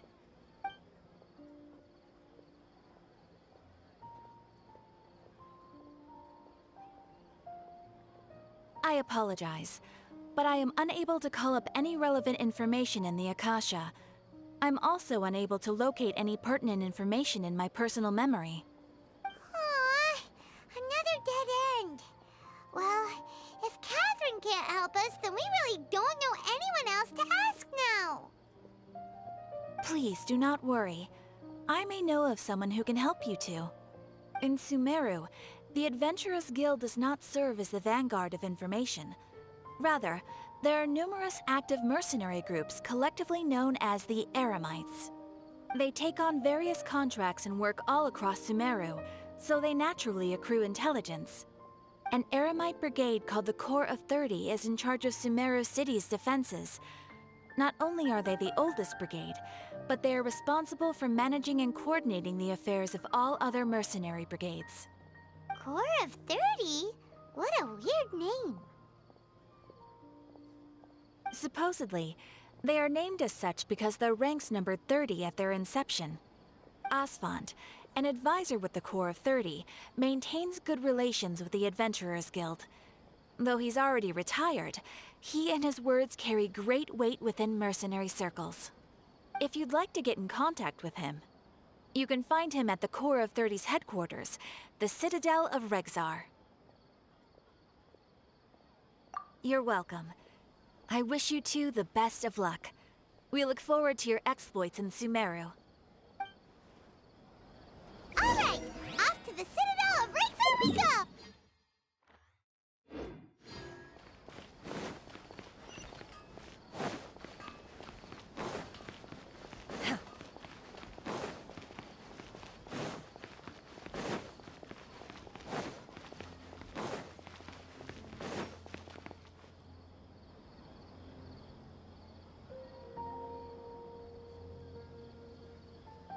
Welcome. The Adventurers Guild told me to expect you two. It's nice to meet you, Asfand. We'd like to ask you about something.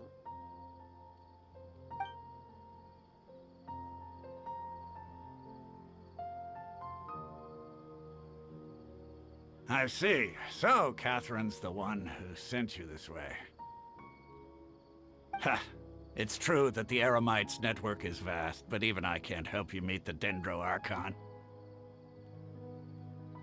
Wait, seriously? That's it? Afraid so.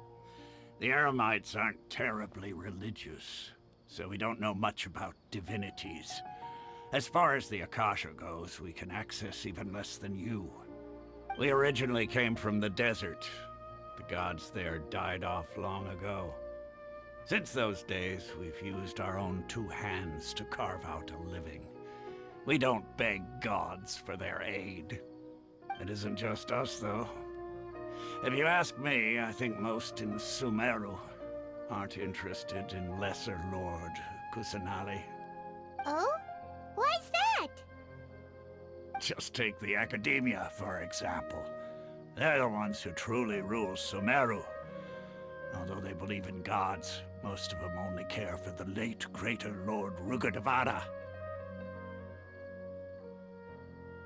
In their eyes, she was the one who founded Sumeru and gifted us with the Akasha. Lesser Lord Kusanali just happened to inherit her legacy. Because of the Academia's influence, most citizens are more familiar with Greater Lord Rukkhadevata and hold her in greater esteem.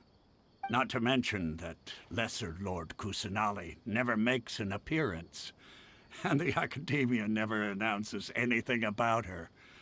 As far as the people of Sumeru are concerned, she's just a god that exists. And that's all. Really? Aw. After hearing all of that, Paimon sort of feels bad for Lesser Lord Kusanali. Ha! But who knows? We're all just guessing when it comes down to it.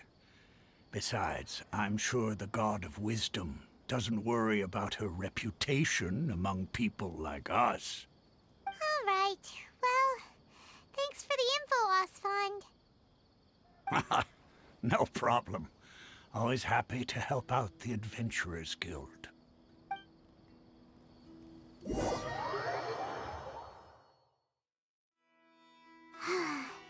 Seems Asfand was right about most people's attitudes here. Not only are they not interested in the Dendro Archon, they even say stuff like, if the Akasha doesn't think I should know, then I don't need to know about it. We've been asking for information non-stop ever since we got to Sumeru. But the harder we try, the more helpless everything seems. Isn't there at least one person in this entire city who cares about Lesser Lord Kusanali? Oh, you two are interested in Lesser Lord Kusanali? Huh? Who are you? From the sound of it, you two are Outlanders who recently arrived here. You've been asking around for information on Lesser Lord Kusanali, right? Oh, I'm sorry. I forgot to introduce myself. I'm Dunyarzad, one of Lesser Lord Kusanali's faithful followers. Whoa, really? Then do you know how we can meet with her? I'm afraid I can't help you with that. But your conversation earlier did happen to remind me of a legend about the Dendro Archon. Sure. It goes like this. Long, long ago, there was a man who heard a prophecy. It predicted that a great calamity was about to befall him. Panicked by what he heard, the man sought out the Dendro Archon in hopes that she would bless him with the wisdom to help him escape his predicament. The man journeyed across deserts and through rainforests and experienced tribulations of every kind. However, he still couldn't find any trace of the Dendro Archon. In despair, he thought, alas, the Archon has abandoned me. He then had no choice but to sorrowfully resign to his fate. Okay, and then what happened? And then, the calamity came. But to his own surprise, the man felt somehow emboldened by the trials of his journey. By relying on his own strength, he managed to overcome the adversity. At that moment, a bird perched upon his shoulder. This bird was, in fact, an avatar of the Dendro Archon. She said, "O Archon Seeker, do you now understand? She and her wisdom have long been found by you. Along your journey, we were in every flower and blade of grass, every ray of sparkling sun, and every breath of dancing wind. So long as you continue to think and ponder, we'll be wherever you go." Yeah, thanks for the story! Paimon feels all warm and fuzzy inside after that. In a way. It seems like this story is also one of the Dendro Archon's avatars. Dunyarzad, since you worship Lesser Lord Kusanali, can you tell us anything else about her? Of course. So did you two know that, I'm terribly sorry, but it seems something's come up now. Let's chat another day.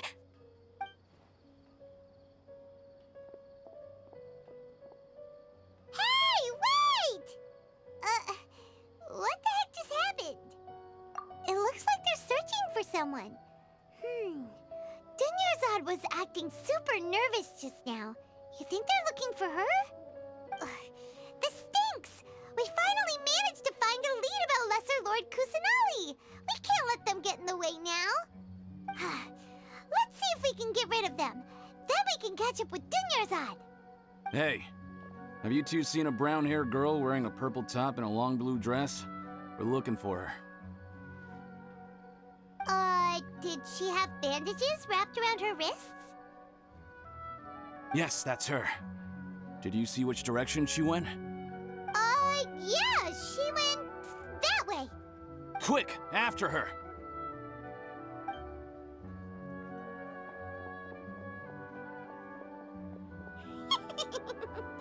That should keep him busy for a while. Let's hurry and find Dunyarzad.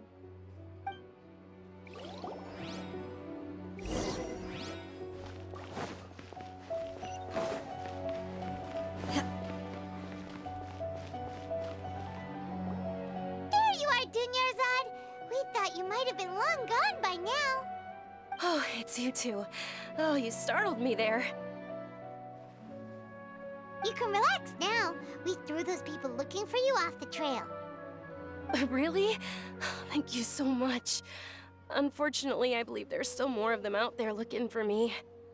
Uh-oh, looks like there are some coming this way. Huh? More of them? Then what are we standing here for? Run! No, wait, my body isn't in the best shape. It's difficult for me to run. Okay, sounds good. There's a tavern on the other side of the port we can go to. They probably wouldn't expect me to hide in a place like that. All right, let's move out. Stay behind us. We'll keep an eye out for anyone looking for you.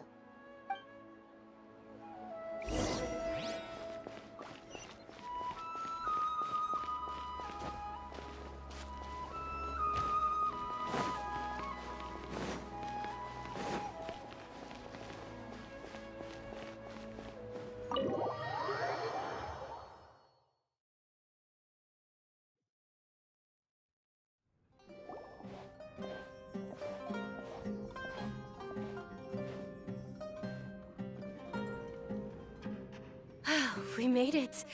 Oh, they shouldn't be able to find us now. Wait! Stand down, Dia!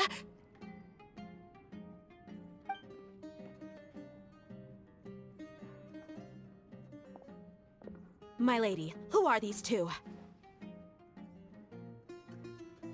They're travelers that I met on the street just a moment ago. They happened to notice that you were all searching for me, so they helped me hide. I see. In that case, you two should scram. There's nothing here for you. Wait a sec! Who the heck are you? And why are you shooing us away? I'm Miss Dunyarzad's bodyguard, here to see that she returns home safe and sound. My lady, let's get going. You've been gone for so long that your parents are worrying themselves sick. And if I refuse to go with you? It'd be easier for the both of us if you cooperated. But if you insist on not going, then I'll have to carry you like a sack of potatoes. Hey! Dunyarzad already said she doesn't want to go back. Why are you still pushing her? Stay out of this. You don't understand the situation. Sorry, my lady. Even though I'm your bodyguard, your parents are my employers. I have to answer to them. How much? Wait, what? How much more do I have to pay you to become your employer? So you never listen to my parents ever again. Double? A triple? Give me some time and I'll get that much. My lady, this isn't about Mora. I don't know what you think of us Eremites, but let me say this. I like Mora, but I'll never go against my principles. That's why I'm here looking for you. Sure, it's an order from my employer, but my conscience was also telling me it's the right thing to do. And knowing your health, carelessly running around like this is gonna hurt ya. For the sake of those who love you, don't be stubborn. No, you're wrong. I'm aware of my limits and I know what I'm doing. Honestly, the only people being stubborn right now are my parents. And they know perfectly well that it makes no difference if I'm at home or not. They still won't accept reality. And every time I bring this up, they just change the subject. Dia, you've been living with us a long time already. This should be old news to you. Dia, I know it hasn't been easy for Mother and Father, and I'm grateful for everything they've done for me. But there's someone else in this world I'm also grateful to. Because she saved me. The love I have for her is the same I have for my parents. This is my life and my last chance. So I want to do something meaningful.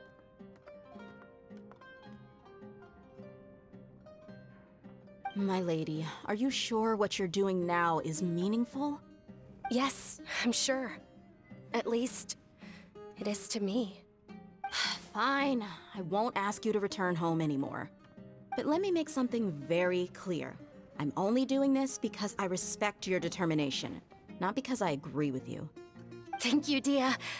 Sorry for being so rude just now. My nerves were acting up. And I even brought up your payment in such an offensive way. Don't worry about it, my lady. I did say that I like Mora. Besides, that's our next topic of conversation. Today's little excursion caused such a ruckus that every single bodyguard at the estate, since this definitely won't be your last escapade, here's a little tip. You should at least make it look like your room and things are still in order when you leave. Also, you'll need someone to cover you for when you're out and about. So, I'll let you hire me, my lady. This way, everyone wins. As for the pay, let's say half of what your father pays me. We can settle the bill when we return to the estate. Okay, deal. Yay! Looks like they've reached an understanding.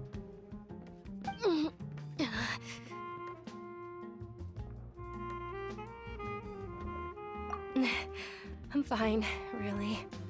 I just feel a little tired now that things have calmed down. My lady, stop trying to look tough. We're already in a tavern, so let's rest up and grab some grub. I'm sorry for worrying you two.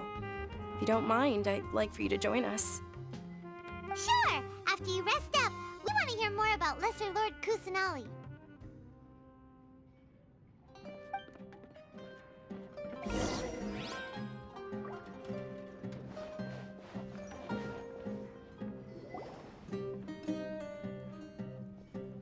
Ha! Well, if it isn't Dia. Haven't seen you in nearly half a year. Word on the street is that you're a bodyguard for the Homayani family now. Ha! Don't you find that kind of work boring? Nah, you get used to it. How about a menu over here? You got it. Huh? Isn't this little Miss Homayani herself? We don't get to serve personages like you very often. We'll be sure to prepare our very best. Thank you, sir, but there's no need. I don't have a lot of Mora on me, and I really ought to save as much as I can. But please bring these two the best food you have. They're my new friends, so I want to be a good host for them. Yeah, we're already super grateful for everything you told us about Lesser Lord Kusanali. How about our charcoal-baked Agelena cakes? They're our signature snack, and they run cheap. Look, other customers over there are eating some now. They look kind of burnt and dry. Bye, mine will pass. Hey, come on! Paimon has personal preferences too, you know. Dunyarzad, we asked a lot of people when we first arrived, and almost nobody was interested in Lesser Lord Kusanali. So, what made you want to follow her? Well, remember when you asked me if I knew how to meet the Dendro Archon? Even though I don't know how, I think I've actually seen her before. Huh? Really? Yes, it was when I was a child. At the time, my illness had kept me bedridden for the better part of a year. I was stuck inside and couldn't make any friends, and my parents did their best to find treatments for me. But even then, the Akasha didn't have any helpful information. My younger self no longer had any hopes or dreams. One flare-up was so bad that I was in a semi-conscious state for several days. Then one night, I woke up alone in my room. I was terrified. My body was paralyzed. Even if I cried, there was no sound. At that moment, an ethereal voice spoke in my mind. Dunyarzad, don't be scared. You don't have to cry. Dunyarzad, don't be scared. You don't have to cry. Who are you? How do you know my name? How do I explain this? You might not be able to understand, but actually, I know everything about you. Really? Of course. I know that you're scared of thunder, that you hate taking medicine every morning, and that you love counting the petals on your mom's skirt. Wow, you really do know everything. Dunyarzad, is there anything you want? Want? Not really. I can't go anywhere or do anything. Huh? But aren't you a child? All children have wishes. Tell me what you want, and maybe I can make it happen. And can you make my illness go away? Oh. I'm sorry. But I'm not powerful enough to do that right now. Then, can you be my friend? After that, the voice said, "Okay, I'll be your friend." Although my body was suffering during those days, that voice encouraged me and told me many wondrous things. Beyond my window was the flourishing Sumeru city. Beyond the city was a lush rainforest. And beyond that was the wall of Samiel, deserts, and all of Teyvat. Once I finally made it through that bout of illness, I couldn't hear that voice anymore. I told my mother about it, but she said that I must have been dreaming. But I know that that voice wasn't a figment of my imagination. Before that, I had never heard of Teyvat. Yes, for sure. If it weren't for that voice, I would have never grown curious about the outside world, nor would I have learned how to read and enjoy so many books. That voice sparked a desire for wisdom. It had to have been the Dendro Archon. I've been hoping for a chance to repay her kindness. In fact, I was running around today to help prepare the Sub-Zerus festival for her. What's the Sub-Zerus festival? It's Lesser Lord Kusanali's birthday, which was the day that she was found by the sages. It's actually an old holiday that originally celebrated Greater Lord Rukkhadevata's birthday. When she passed away, the holiday eventually became a celebration of the Lesser Lord's birthday. I heard everyone was overjoyed when they welcomed her back to Sumeru. In those days, the festival was a huge deal. But because of the Academia's influence, people have gradually lost interest in the festival. The Academia actively participates in Sumeru's many holidays dedicated to Greater Lord Rukkhadevata. But when it comes to the Sub-Zerus festival, forget any funding. They practically act like it doesn't exist. Maybe they see Lesser Lord Kusanali's birth as confirmation of Greater Lord Rukkhadevata's death, so they're reluctant to celebrate it. Aw, but that's awful. It is. It's absolutely terrible. Sure, the Greater Lord founded Sumeru, but hasn't Lesser Lord Kusanali been the one quietly protecting us for the past few hundred years? Just remember that we're still out in public. Don't get too carried away now. I know that people over by the Grand Bazaar still hold the Sub-Zerus festival to this day. But I hadn't met any of them before, so I was never able to contribute. But recently, I made a friend there who also follows Lesser Lord Kusanali. I gave her my savings because I want her to throw a wonderful festival this year. That's the least I could do for Lesser Lord Kusanali. Hold on, my lady. Does this friend happen to be Nilou, the one who sends flowers to the estate? Yes, that's her. I saw her leaving the other day with a nervous look on her face. It seemed like she was hiding something in her arms. Did you give her something? Yes. Initially, I didn't have much Mora prepared, so I had Nilou sell one of my skirts. I've agreed with Nilou to meet up at the Grand Bazaar today, and see how things are coming along. Dia, would you accompany me? Sure. That's quite the trip, though. I'll carry you. No, that would be too much, even for you. You might as well just accept the lift. If I let you walk, who knows how long it'll take us. And if anything happens to you, then I'd really never hear the end of it from your father.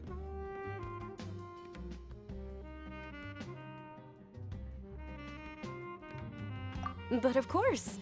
Nilou will be thrilled to hear there are more people interested in Lesser Lord Kusanali.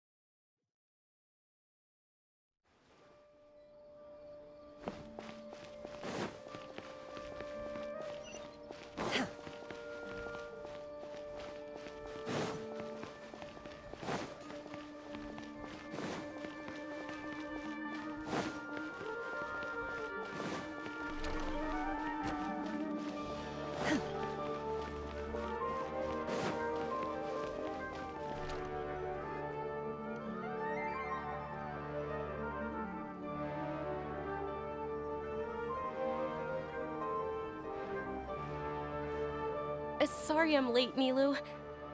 Oh, Dunyarzad. It was taking you so long that I assumed you got trapped at home, but you made it in the end. Uh-oh. But if Dia's here, that means you got caught, right?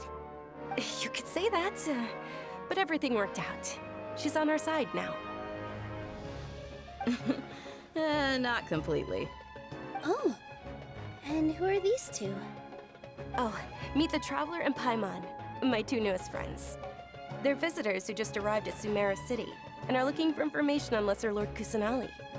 So you're followers from another land?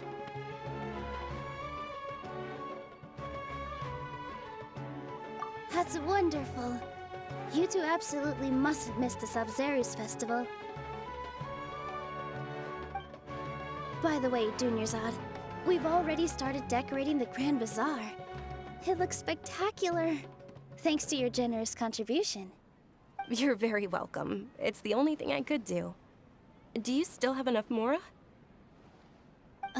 Probably? But don't sweat it. We've already finished renovating the stage. Come on, I'll show you.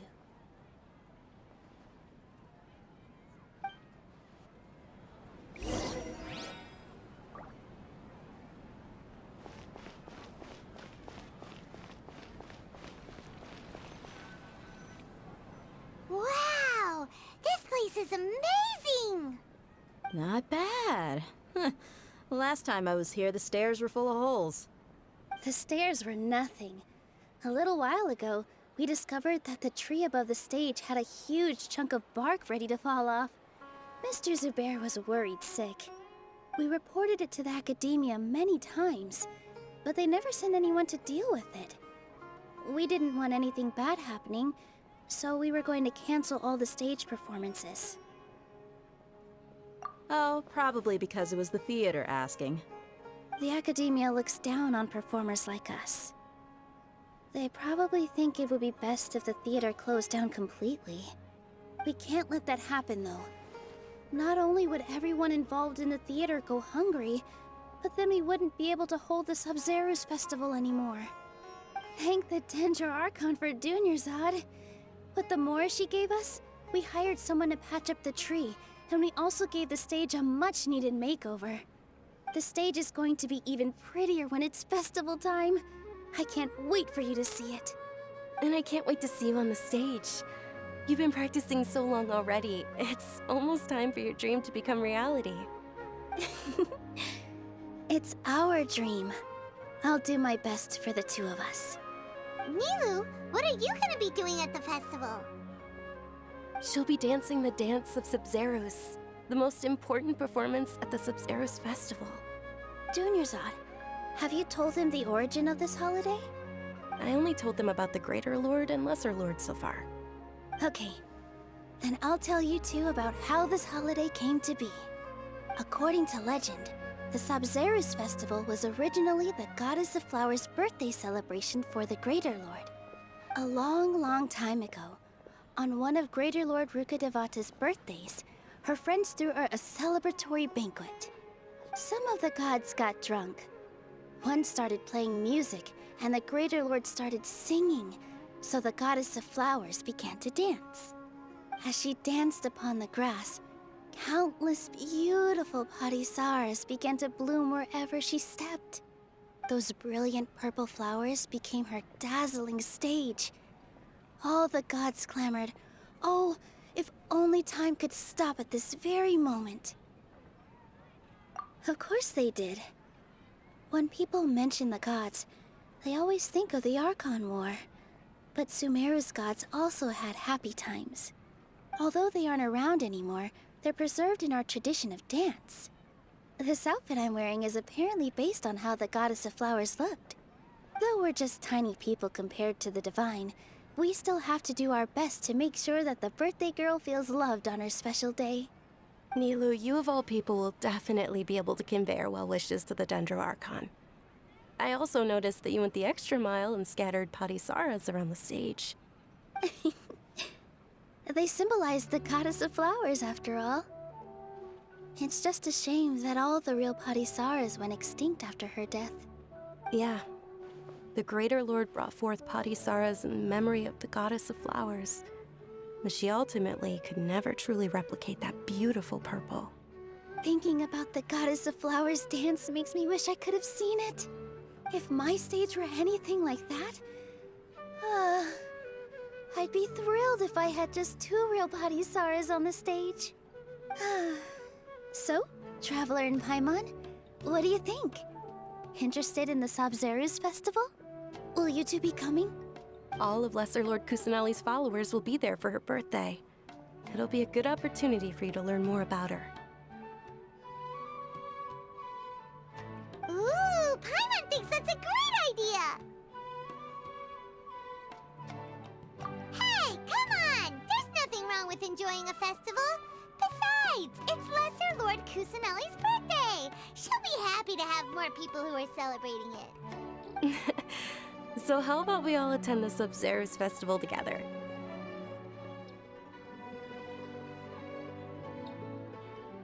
Dunyarzad, let me show you which stage decorations we've picked out so far. Traveler and Paimon, if that doesn't sound interesting to you, then feel free to explore the area. Everyone at the Grand Bazaar loves Lesser Lord Kusanali, and we're all looking forward to the Sub-Zerus festival. In that case, we'll take a look around.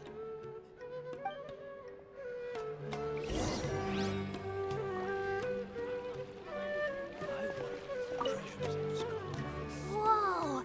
What's with your yellow hair? And why do your clothes look so funny? Are you an Outlander? Did you know that the Sub-Zerus festival is about to happen? There'll be loads of fun things to do at the festival. But the best part is when Ferris, the Knight of Flowers, passes out candy to everyone!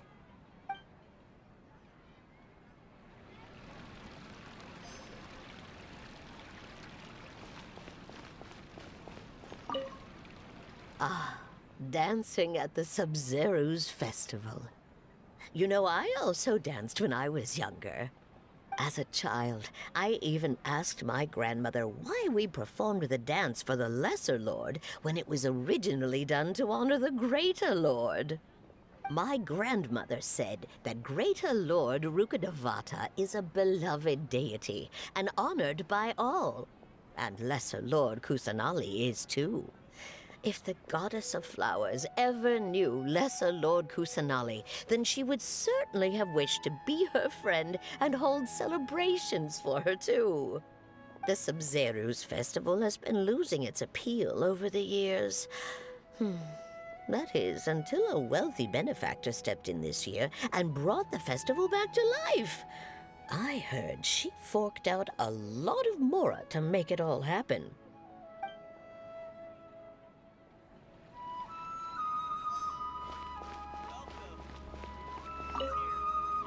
Huh. Revamping the stage for the festival couldn't have been easy, that's for sure. I bet this year's festival will be one to remember. I don't know much about the Grand Bazaar, but I do know that the residents here have a penchant for song and dance. Two things that the Academia doesn't particularly approve of. Oh, and the perfume sold around here is a lot better than what you'll find elsewhere. The fragrances are longer lasting and they're gentler on your skin and... I mean, that's what I've heard at least.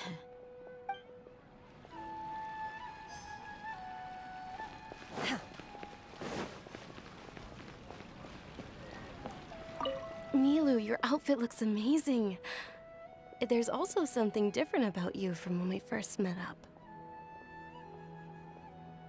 I thought I'd add a little extra pizzazz to my dress for the festival. See? Wow, did you sew all that yourself? Uh-huh. Sewing is a fundamental skill for everyone in the theater company because we make all our own costumes. Did you know that Mr. Zubair not only can make costumes, but props too? I've noticed that you can't keep your eyes off this crown. Would you like to try it on? May I? Of course. The legends say that the Goddess of Flowers had beautiful horns on her head, so this crown was made to reflect that. Dunyarzad, you look absolutely stunning with it on. It's like I'm looking at the Goddess of Flowers herself.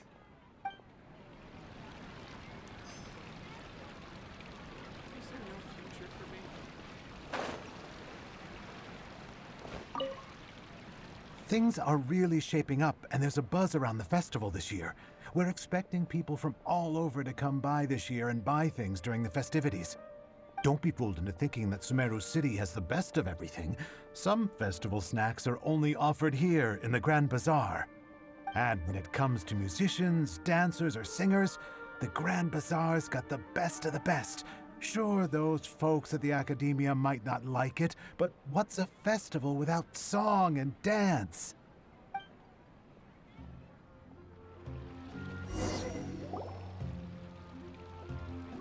Hey! Is that who Paimon thinks it is? It looks like Catherine.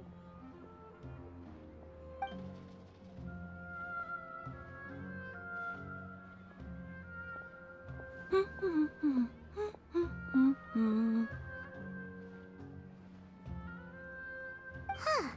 Come to think of it, Paimon's only ever seen her behind the counter at the Adventurers Guild. This is the first time we've ever seen her taking a break. Hey, Catherine! Huh? Oh, hey! It's the Traveler and Paimon! What's shaken? Whoa! Break time Catherine sure sounds a lot less formal than usual. Paimon was still waiting for her to say Ad Astra Abyssosque. Sure. Standing behind the counter at the Adventurers Guild doesn't require any complicated functions. But saying and doing the same old things over and over again can get pretty monotonous. Like watching the same Fontaine movie day after day. But take you two, for example. You travel across Teyvat to enrich your lives and gain new experiences. Well, we enjoy traveling across Teyvat and all that, but we're mainly looking for clues about her brother. Yes, you should keep searching. Sometimes the answers we're looking for aren't necessarily at our intended destination. Instead, they're found along the way. Huh. Haven't we heard someone say something pretty similar recently? Anyways, what brings you out here, Catherine? No, not particularly. I guess you could say that I'm loving the recent atmosphere here. If festivals bring happiness to everyone, then that's where their true value lies. Oh, it looks like it's about time for me to be heading back now. Alright, we'll see you next time at the Adventurers Guild. Oh, by the way, thanks for connecting us with the Eremites. We've already made some great friends in Sumeru City thanks to you. I'm sure you two will get along well with the people here. You've already been blessed by the element of Dendro after all. See you around.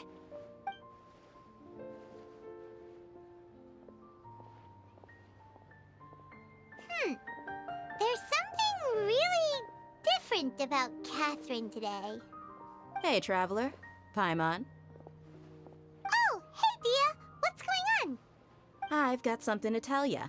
My lady knows you're looking for ways to meet Lesser Lord Kusanali, and she's been trying to come up with a way to help you. Well, I have an idea that might help. Are you serious? We'd love that! It might not necessarily pan out, so don't get your hopes up too much. I'll need to take you two somewhere and ask someone some questions. My lady is feeling a little worn out at the moment. Nilou's found a place for her to rest. After I take my lady home, let's meet in front of the Citadel of Regzar. Sounds like a plan! Let's head over to the Citadel of Regzar and wait for Dia! So dull here. So great.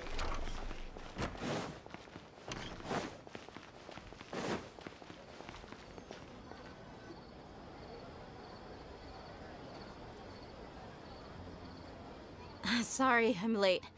It took some convincing for the Master and Mistress to believe that Miss Dunyarzad was only sitting in the port for a while because she was in a bad mood. Anyway, I guess I should be thanking you. I haven't seen Miss Dunyarzad that happy in a long time. If it wasn't for you two, she probably would have been caught and dragged back much earlier. You sure sound a whole lot nicer than when we first met, Dia. Who would have thought you had such a soft spot for Dunyarzad? It's called being a professional. I'm a bodyguard, and I work for whoever's paying. Look, Dia's blushing.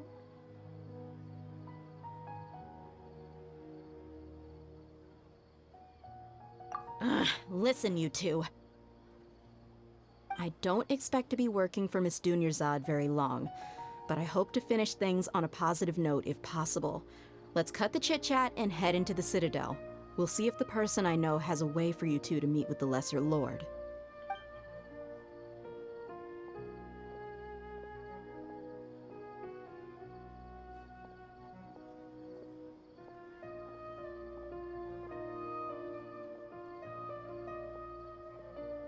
Oh, hey, Chief. Ha, Dia! What are you doing here? And well, didn't expect to see you three together.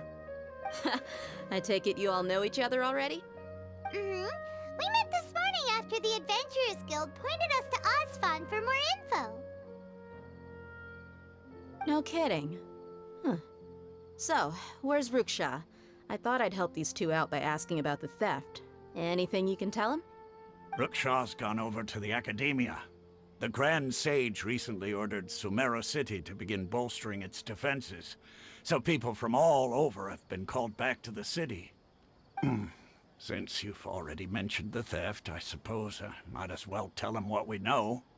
Appreciate it, Chief. Theft? Sorry, what the heck are you guys talking about? Just recently, the Academia lost something, and there's a chance the item is connected with the Dendro Archon. This case might just somehow help you in meeting her. I suppose that's one way to look at it. But if you ask me, the case is more about the Academia than anything else. Let me fill you in. The Academia recently sent a convoy to pick up an important package from Aru village. Word got out, and the convoy was robbed on its way back. The Grand Sage took the whole matter very seriously. Not only did he dispatch the Matra, but also enlisted our help in the search for leads. All we know so far is that whatever was stolen is currently in Port Ormos. You two have heard of Port Ormos, haven't you? It's the largest commercial port in all of Sumeru. You can travel there by leaving Sumeru City and heading south along the river. The Academia's grip isn't long enough to reach all the way to Port Ormos, so the city's a little more laid back, meaning the population's also a mixed bag. You never know who you'll meet there. Apparently what was lost has a great deal to do with the Akasha, knowledge, and even the gods. I'm afraid I don't have any other details for you, though. If you're interested, maybe you can head to Port Ormos and ask around yourselves. If you want my advice, try introducing yourselves as students of the Academia once you're there. Are you serious, Chief? All the Academia students are in Sumeru City, you know. Why should they pretend to be students in Port Ormos?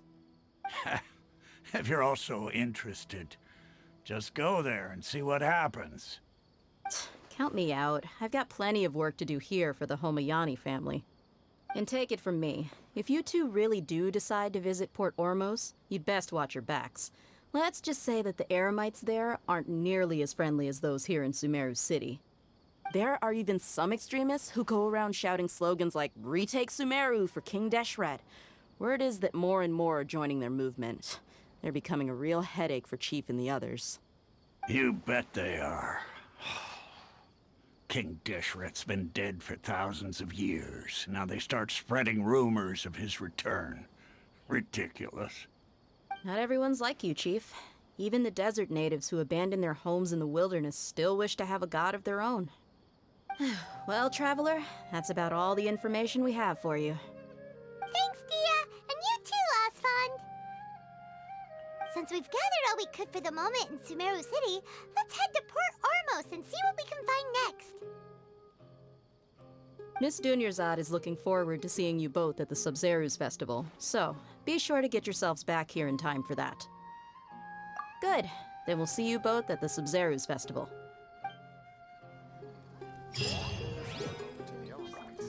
I'll have to rephrase the request.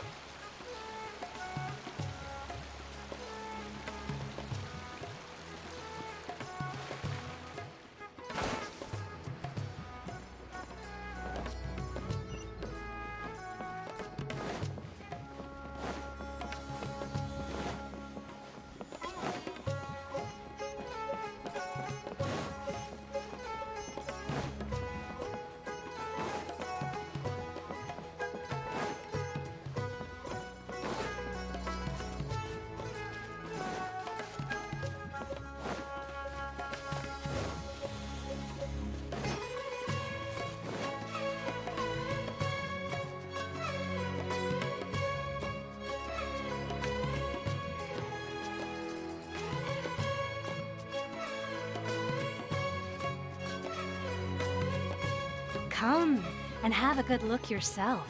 Traditional spices of the highest quality, made with pride and experience.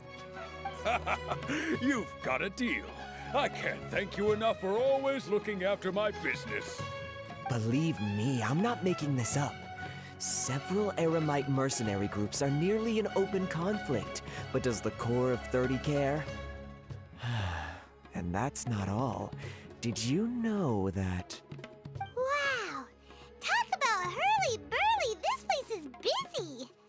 Well, guess that's only to be expected for the largest port in Sumeru. Maybe it's because of what Dia told us earlier, but Paimon can't seem to shake the feeling that there's also danger lurking in these crowds. Ooh. Let's get our bearings so we can start looking for leads. We know that whatever the Academia lost is related to the gods. But other than that, we don't have much else to go on. Osfund told us to try posing as Academia students while asking around. Paimon checked the Akasha on the way here, and the Academia doesn't seem to have any research facilities in Port Ormos. Paimon doesn't get it. Won't we look even more suspicious going around saying we're Academia students and asking about the stolen item? Well, given all the people that come through here every day, if there's any information to be found, Paimon bets we could find it in the market. Let's ask around and see what we come up with.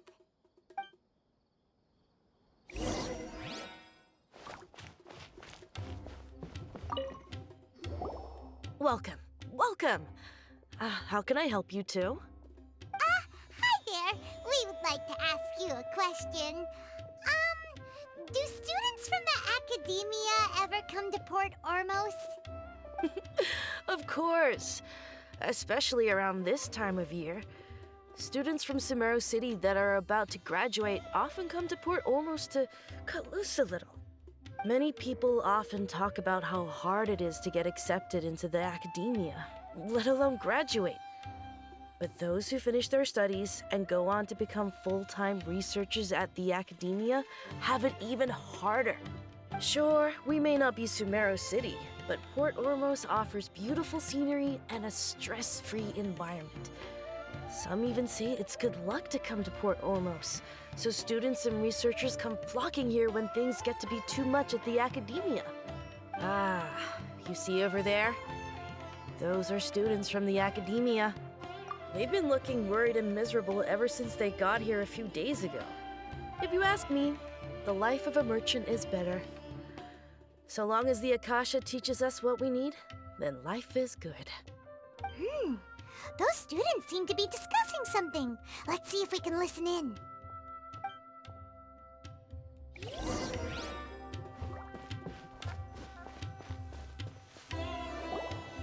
It's no good. I've tried asking around, but I haven't been able to learn anything useful.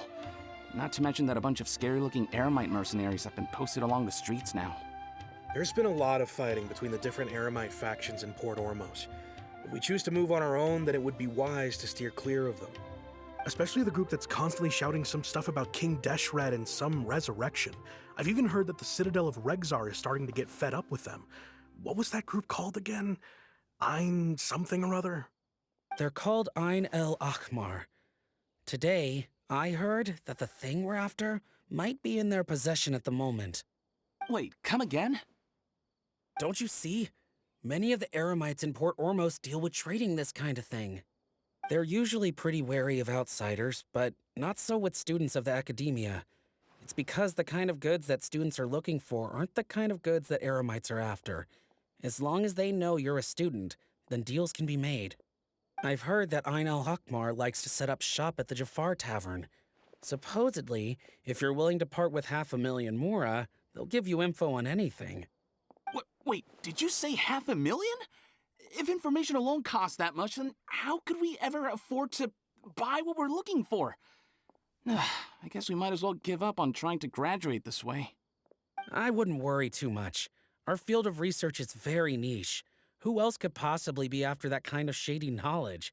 I bet it's practically worthless to anyone aside from us. Oh, I guess that makes sense. then the only thing left for us now is to find a way in.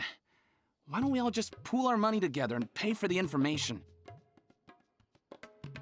Whoa! Did you hear that? A niche field of research and shady knowledge? It all sounds pretty suspicious to Paimon. Is knowledge something people just buy and sell like that? So, what's our plan?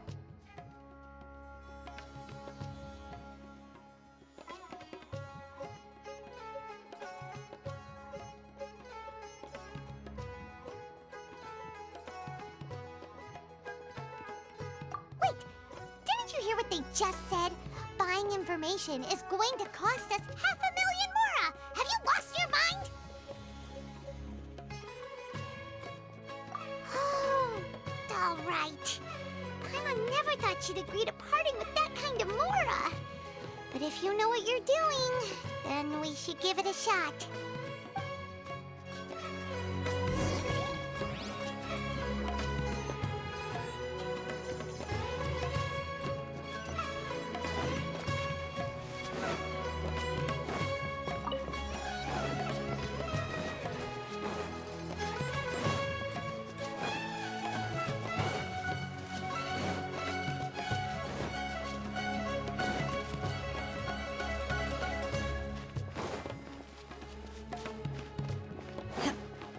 This is the place we heard those students talking about. Let's find a seat somewhere. Oh, you've arrived. Please, take a seat. So, they think that they can go toe-to-toe with the boss? Huh! Once we reclaim the power of King Deshret, they'll be the first that the boss punishes. They're nothing to be afraid of. Our main rival now is the Caracal Battalion. They've also amassed a significant amount of Mora this time, so we mustn't underestimate them. How can the Caracal Battalion compete with the boss when they're nothing but a bunch of money-grubbing opportunists out for a quick Mora? Yeah, with Boss's fervent devotion, he'll be able to use this power to bring our god back this time. Huh. All these guys talk about is King Deshret, so they're probably the ones we're looking for. Greater Lord Ruka Devata.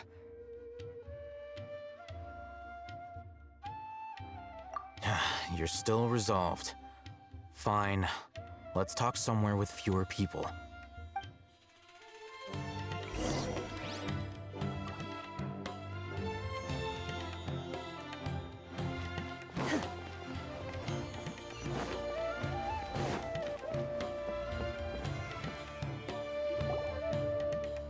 Let's continue our conversation here.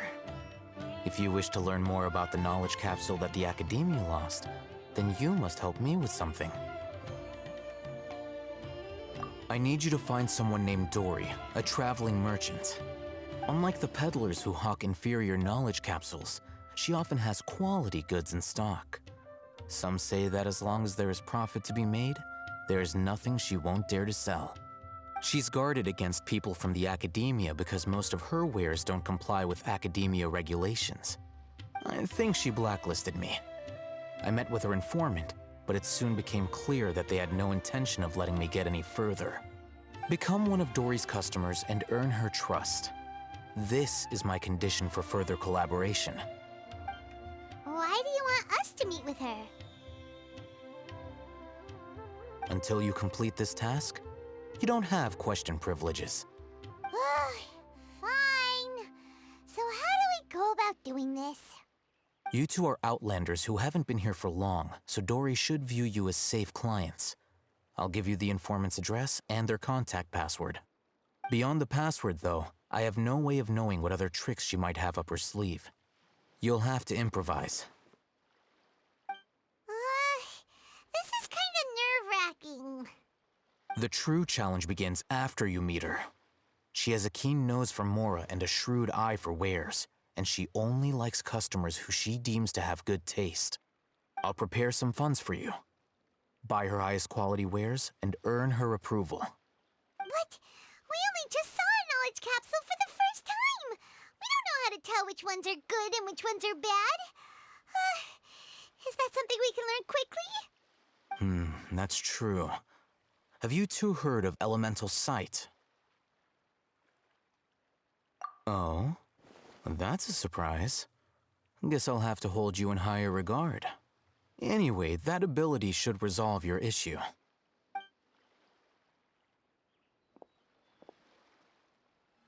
Here are 2 knowledge capsules. Tell me, can you detect any difference in their quality?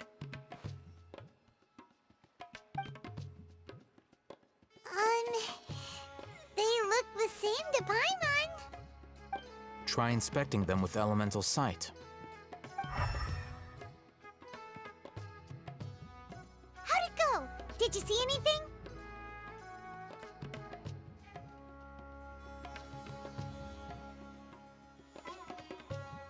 Rumor has it that higher quality knowledge capsules generally appear brighter when viewed through elemental sight.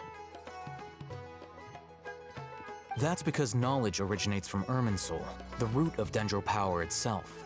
The more powerful the knowledge, the richer it is in Dendro energy. However, some canned knowledge with a high concentration of elemental energy is of little use in contemporary times, so those capsules are of little value. Using elemental sight is merely a stopgap measure, but it should suffice for earning Dory's trust. That sounds pretty impressive. Here's a sheet with the informant's location and contact password, and here's the Mora for purchasing canned knowledge. Don't be cheap. You'll need to spend to catch Dory's eye. If there's any Mora left over, just keep it. Oh, and be sure to exercise some caution. There have been Matra present in Port Ormos lately. Your efforts will be for naught if they catch you. Matra?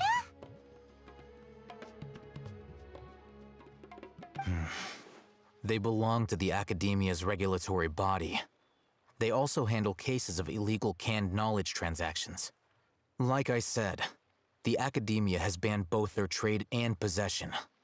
The Matra are razor sharp. You're in for nothing good if they lock their sights onto you. If you two want to back out, now's the time. Okay, then we have a deal. If you succeed in your dealings with Dory, come find me at the Wikella Funduk. We'll have an open discussion then.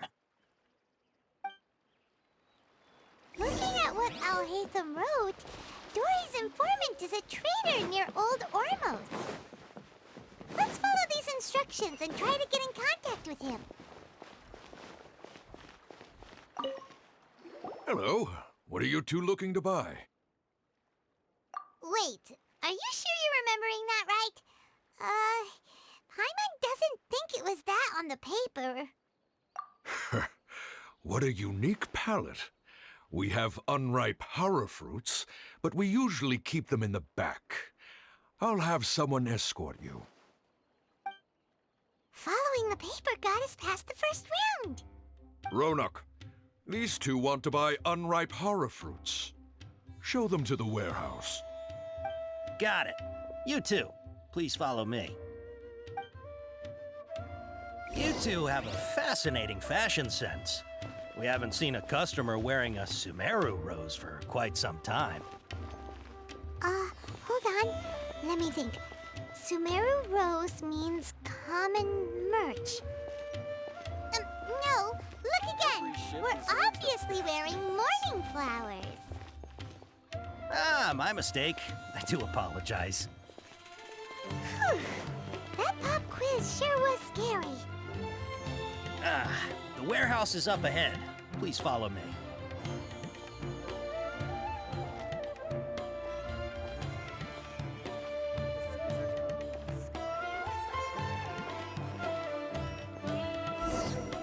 Before I retrieve your products, I need to confirm a few things.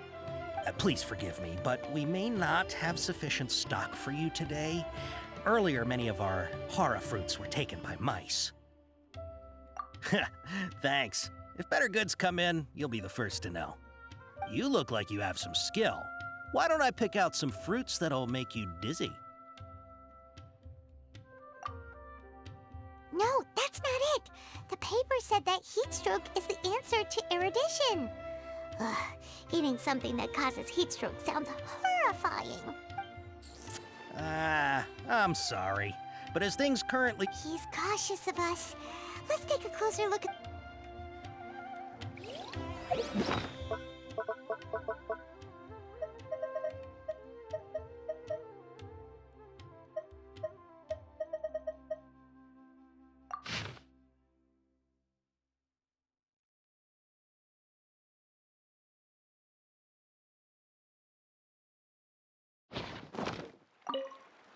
Before I retrieve your products, please forgive me, but we may not have sufficient stock for you today.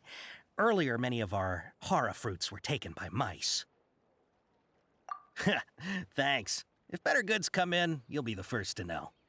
You look like you have some skill. Why don't I pick out some fruits that'll make you dizzy? Yep, that's the right answer. But eating hara fruit that makes your head and ears ring sounds like a bad life decision.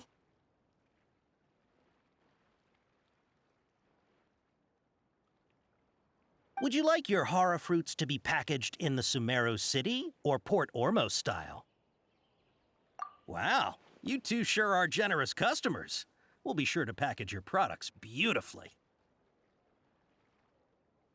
Okay, everything has been confirmed. Miss Dory is waiting for you up at... Shoot! It's the Matra! Run! What? The Matra? Where? Oh, Hatham said we're done for if they catch us. We gotta get out of here. We don't know this area, so let's follow that informant.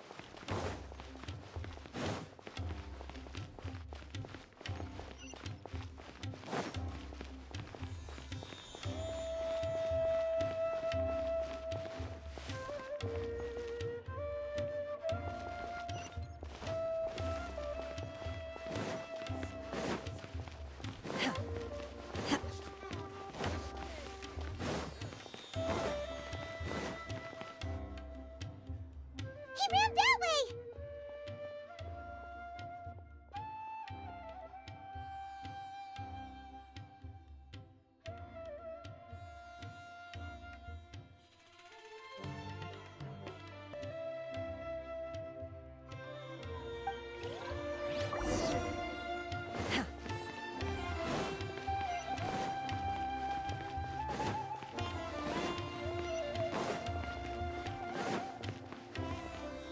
Look, he's over there!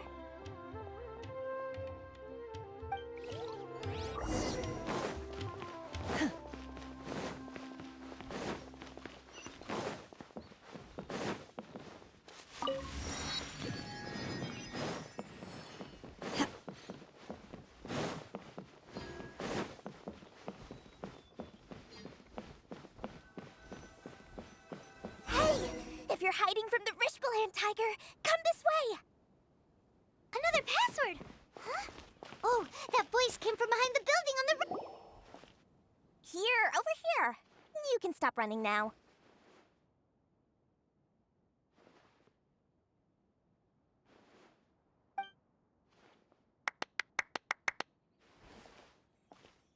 So you were the one who was calling out to us just now.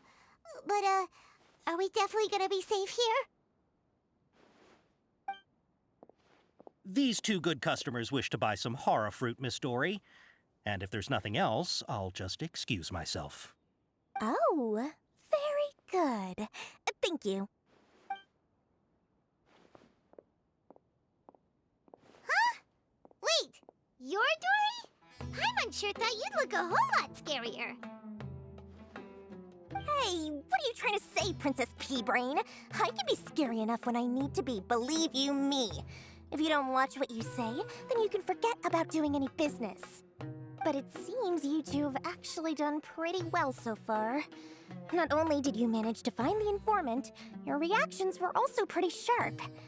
You don't really look like criminals or anything, but I bet my Mora that you've been involved in some shady dealings, haven't you? Paimon's not sure if that's supposed to be a compliment, but we'll take it. I can't risk doing business with people who start huffing and puffing after just a few paces, no matter how much Mora they might have. Not only will they get caught by the Matra, but they'll also get us into trouble. As decent folks trying to run an honest business, we don't need any of that. Wouldn't you agree? So that's why I prefer to have customers like you. It's your first time here, but don't worry, I won't ask too many questions. Even if you wish to buy enough knowledge capsules to decorate your house with, please, knock yourself out. As long as you have lots of round, shiny Mora, then we're all good. Ah, yes, of course, of course. Go ahead, help yourselves. Voila! Wow, she has a trove of canned knowledge. Whew. She'd probably be in serious trouble if the Matra caught her with all this. What kind of products do you seek, my dear customers? Don't worry, I'm not interested in your reasons for buying. I can, however, offer some suggestions. Take this one, for example. An analysis of the sociological ideology and dialectics of the Hilichurls. Only 3 people in all of Teyvat have ever studied it, making it extremely rare. It's on sale now for 350,000 Mora. Yeesh, who would want to be an expert in that topic? Or how about the architectural styles and construction methods of Teyvat in the early Archon War period? With this one, you can become an expert in historic architecture preservation and find an excellent, well-paying job in nearly any nation. Ooh, now this sounds like it could be useful. 2 million Mora, and it's yours. No discounts. Whoa! That's a lot of Mora! Of course, you are free to pick whatever your heart's desire. The contents and price of each knowledge capsule are indicated in small text on the body of each one, down at the bottom. All right, let's try the method that Alhaitham mentioned.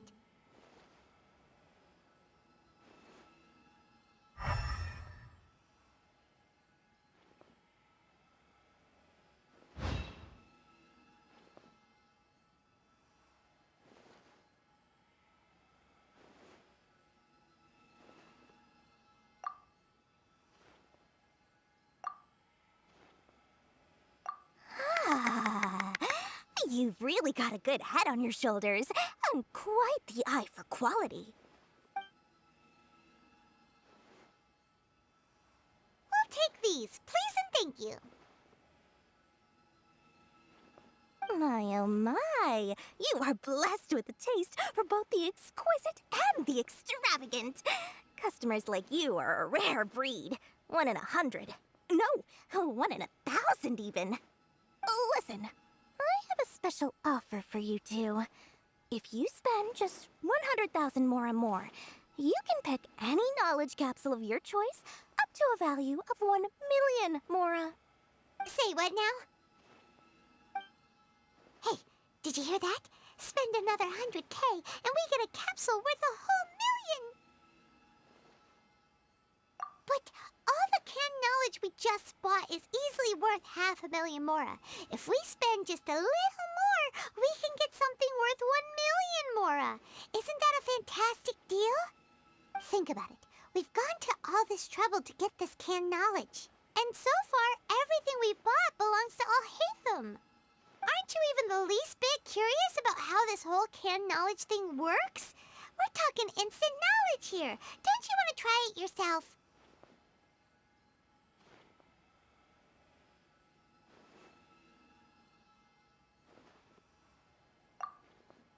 Come on, come on!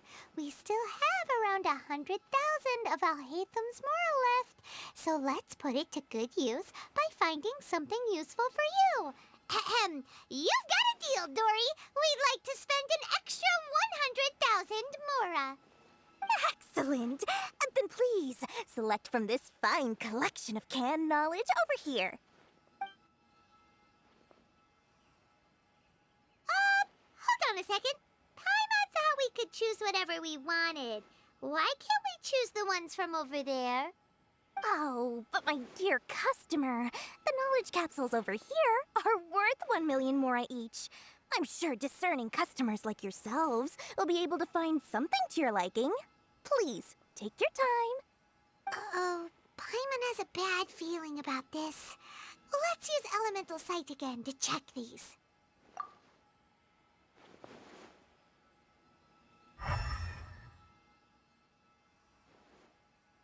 So, what did you see? So, they're all worth about the same amount? Well, anyway, the mora's already been spent, so let's at least try to find something useful. Let Paimon take a look here. An introduction to traditional Sumeru brewing techniques, the art of growing spices, an overview of ancient runes. Oh, how about this one? Sword Fighting Techniques 8. Not sure we'd ever find volumes 1 through 7, but at least this knowledge should be useful, right? Let's go with this one. Dory, we'll take this one. All right, very good. I'm expecting some new goods in the next couple days, so be sure to check back again soon. Whether it's canned knowledge or anything else you need, bring your Mora to Dory and doors will open. Our dealings with Dory went smoothly enough. Let's head to Wakala Funduk and meet up with Alhaitham. Hopefully now he'll finally tell us about what the...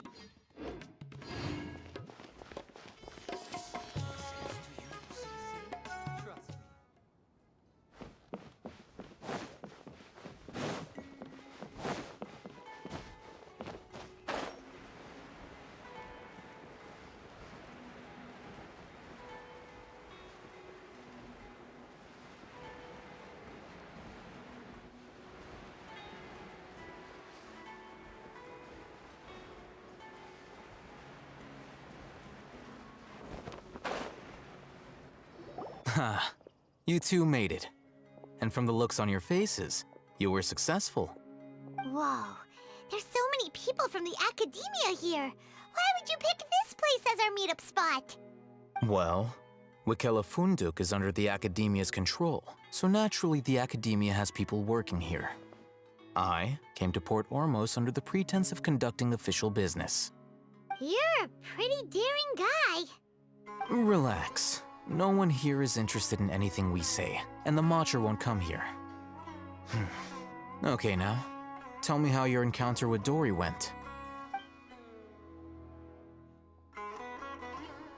Okay, we did what you asked. So, can you tell us about the knowledge capsule that the Academia lost now? Before that, I have to ask. Why are you two so intent on tracking it down? You don't have to answer, of course.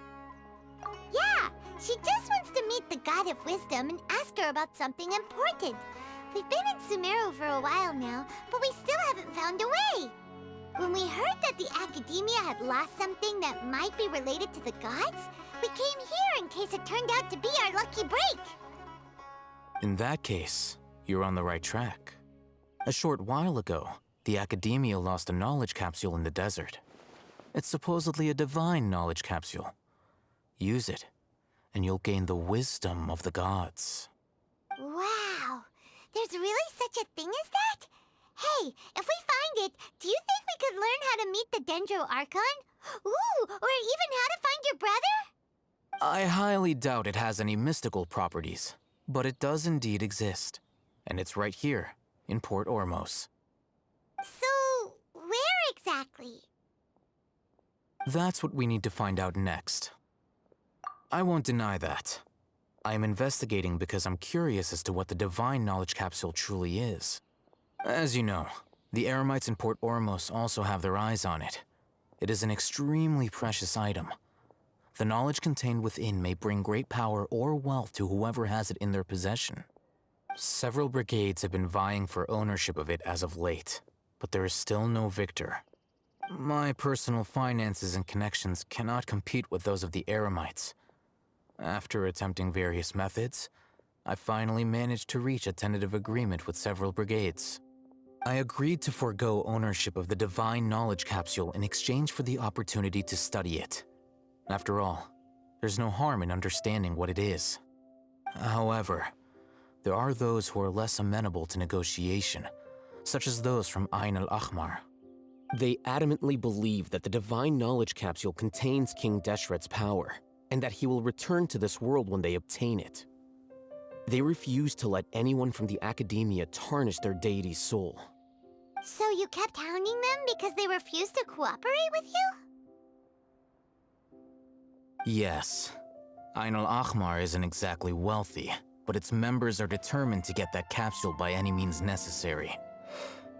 To that end, they've resorted to many methods more foul than fair in order to amass sufficient funds.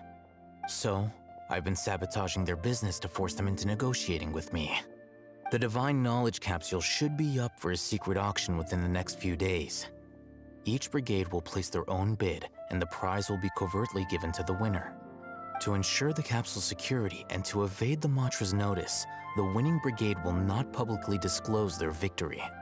Unless I know whose hands the Divine Knowledge Capsule ends up in, my agreements with them will fall through. Dory is the most reliable source of information, but that avenue was previously closed to me. With you on board now, the situation is different.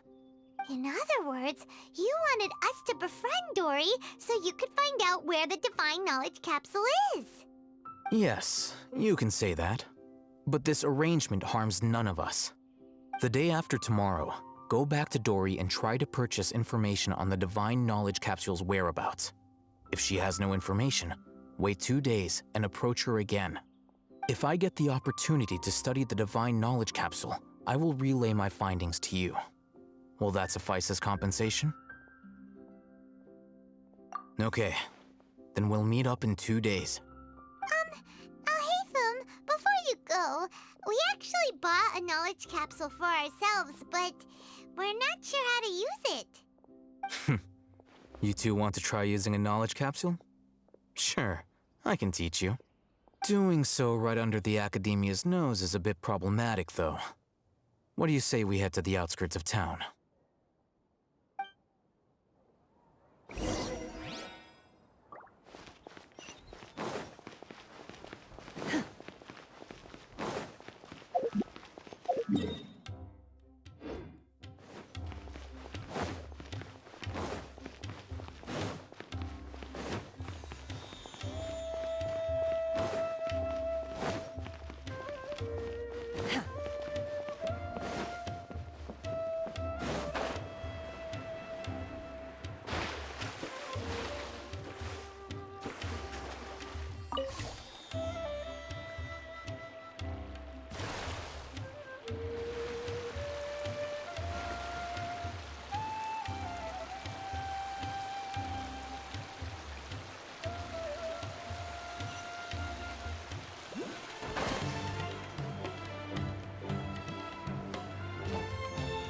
All right, this place works. Show me the capsule you purchased. Here. Sword Fighting Techniques 8. Huh. A combat class knowledge capsule. This class is something of a rare find these days, since most have been taken by the Eremites to augment their battle capabilities. Really? Ah, yeah, what a great buy! If you want to determine the efficacy of this capsule, I can evaluate your combat ability. However, effects will likely be minimal if you already possess a high amount of strength. We can conduct a controlled experiment where you fight 2 battles, one before using this knowledge capsule and one after. While you fight, we can use an Akasha terminal to monitor your various physical parameters. There may be variances in your physical strength between the 2 tests, as well as a disparity in your opponent's abilities. But don't worry, I'll run statistical analyses afterward to mitigate any confounding effects. Wow! Alhaitham! You must have been one of those guys at the Academia who got top grades on everything. Paimon's curious about something, though. You definitely weren't one of those students who needed canned knowledge to graduate from the Academia, right? So why are you risking getting caught by the Matra for this capsule? When you are unable to understand a researcher's actions, most cases can be attributed to curiosity. This is but one theory. Sounds like you're trying to avoid the question. All right, let's begin the test. Just fight as you normally do.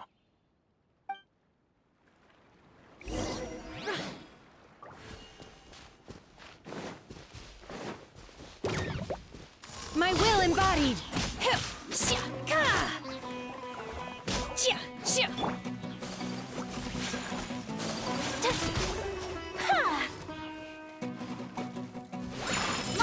knowledges.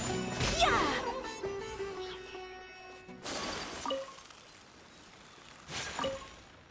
All right. I'll link your Akasha terminal to record data. The next step is to use this knowledge capsule. Hold it in your hand. I'll help you establish a connection with it so you can activate its power.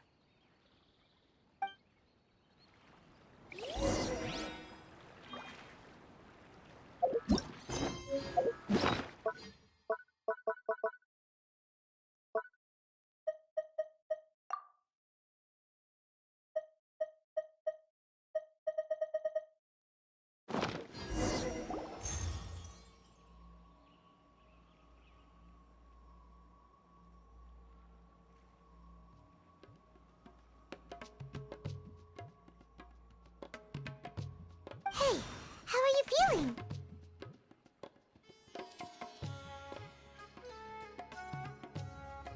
You mean that it worked? All right. Time for round 2. Fight with the same composure as before.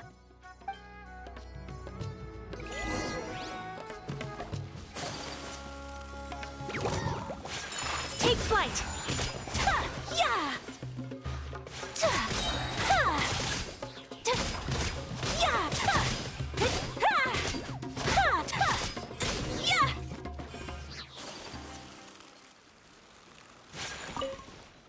Now, I'll start recording data again. Alhaitham, how's it going?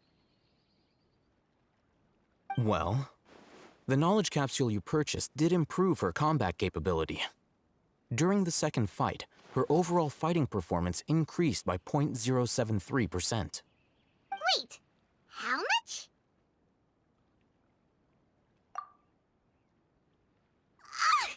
Dory's such a jerk! She totally scammed us! 1 million Mora? This thing isn't worth a tenth of that amount! Of course, this could be because she is so powerful that the capsule's contents were unable to produce a substantial increase. At the very least, this test allowed me to gain more insight into you two. Our deal seems increasingly worth my investment. I'm heading back to Ikela Funduk. I await your response in 2 days' time. This is Mora for when you ask Dory for information. Pay her as much as she requests.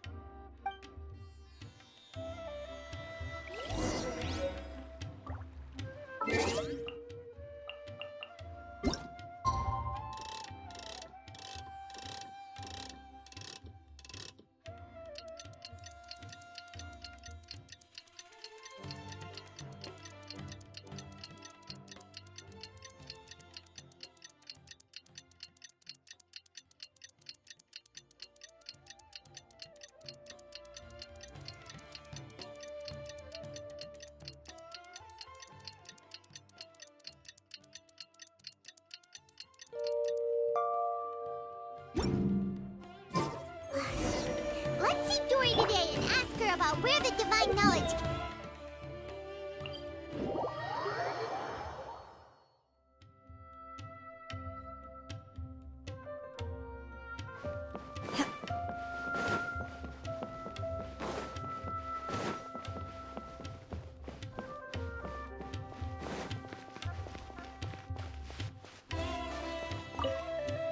Here, over here! Oh, welcome back, my loyal patrons. What can I do for you this time? You name it.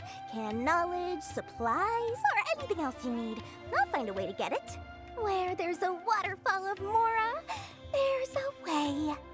Can you really get us anything we want? Anything at all? Aha! So it appears that canned knowledge alone is no longer sufficient for your opulent appetite. Then please oblige me. Tell me what you have in mind.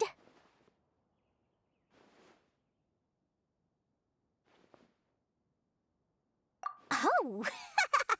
I knew customers with pockets as deep as yours would undoubtedly crave something more profound than ordinary canned knowledge. But you know, that kind of information isn't going to be cheap. After all, I had to work really hard to weasel my way into the auction site. Not to mention that if anyone found out that I was the leaker, I would be in big, big trouble. But how can we be sure your information is accurate. Paimon's curious how you just happen to have this kind of info the moment we need it. Because to me, anything of value is what I consider to be my supply. Therefore, I must always be aware of what's hot on the market in order to secure more sales. As for the information's authenticity, well, you've no need to worry about that. I used a camera to take a picture of the transaction. That way, no one can dispute it.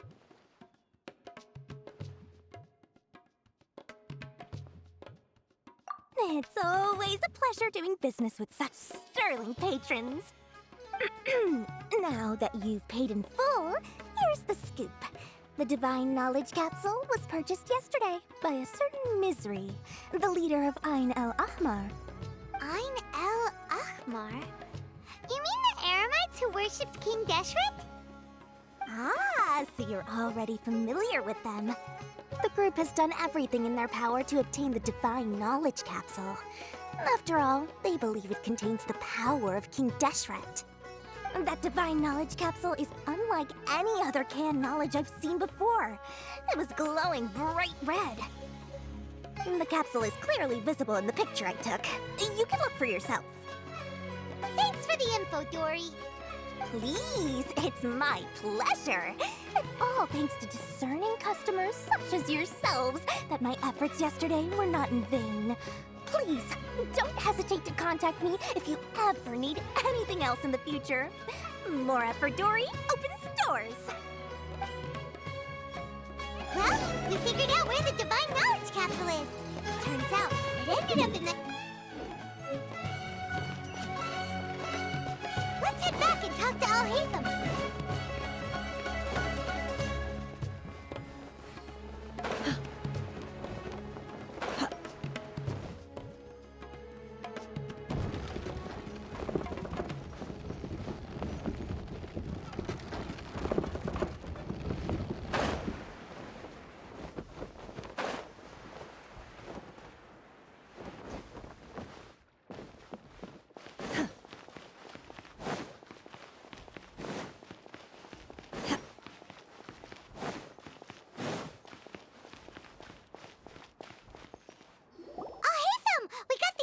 Wanted.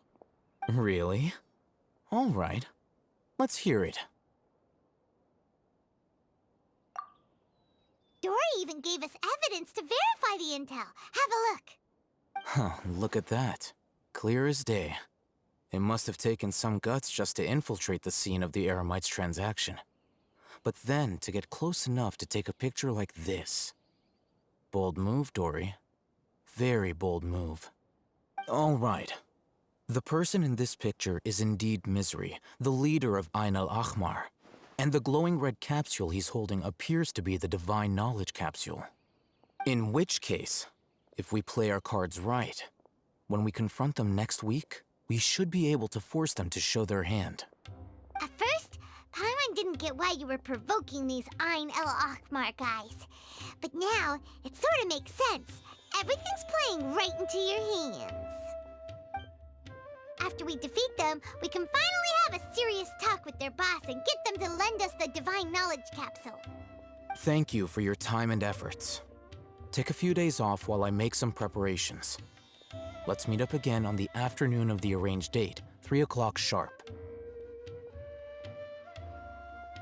See you then.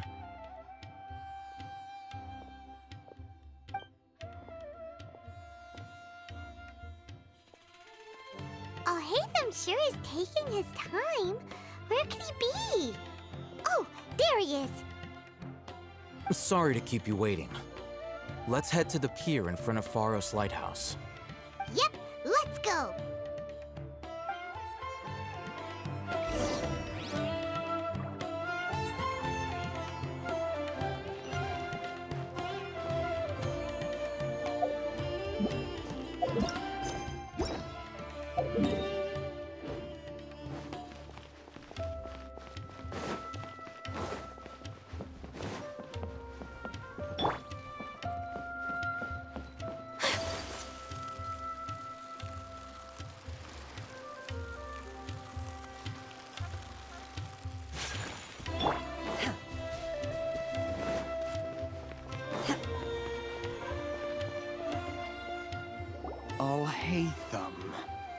knew you were crazy, but I didn't know you were crazy enough to actually show up.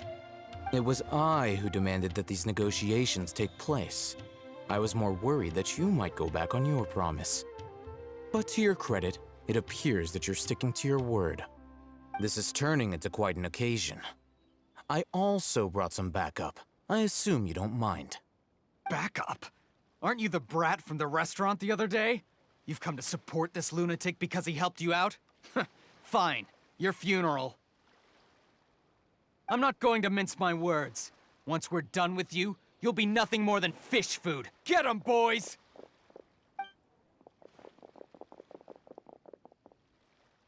Uh-oh, here they come. Good luck, you two. That's close enough. Take your true form. My apologies. Yeah. Yeah. Just following orders.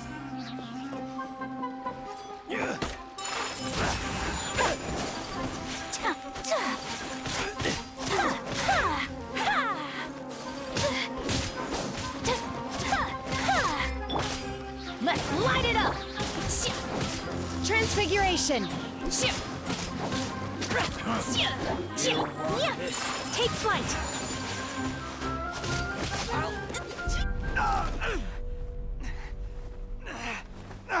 Academia scum!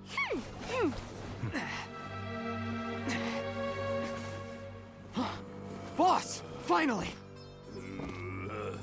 Did you use it? Great! Now we can...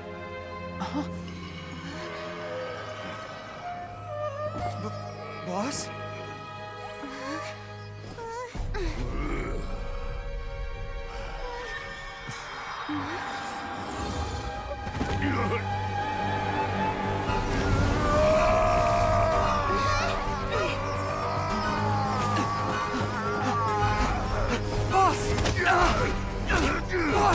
What's wrong?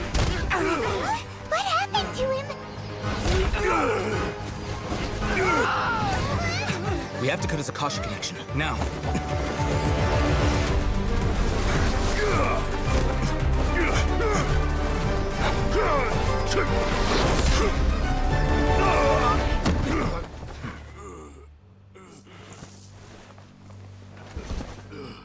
Target acquired! Arrest him!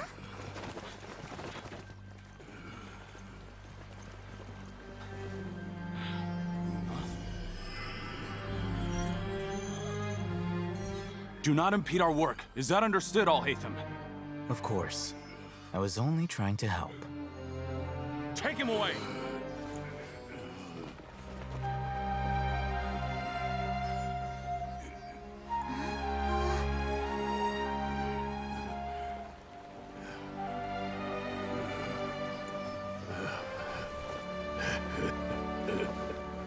World, forget me.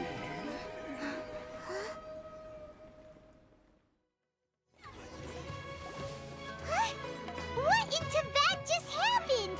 It's like that big guy suddenly lost his mind. It looks like he used the Divine Knowledge Capsule.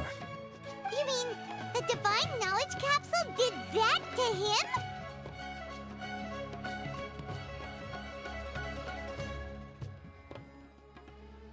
Oh, yeah. You mean how some researchers go insane after getting knowledge from Irminsul? I've heard of numerous incidents of researchers in Satyavada life going insane. The state that man is now in suggests that this is a similar situation. This Divine Knowledge Capsule does appear to be linked to the gods, but beyond that, it doesn't seem anything like the rumors suggest. Possessing it doesn't grant you divine wisdom or power. Did you hear what he said? World, forget me. What could that possibly mean?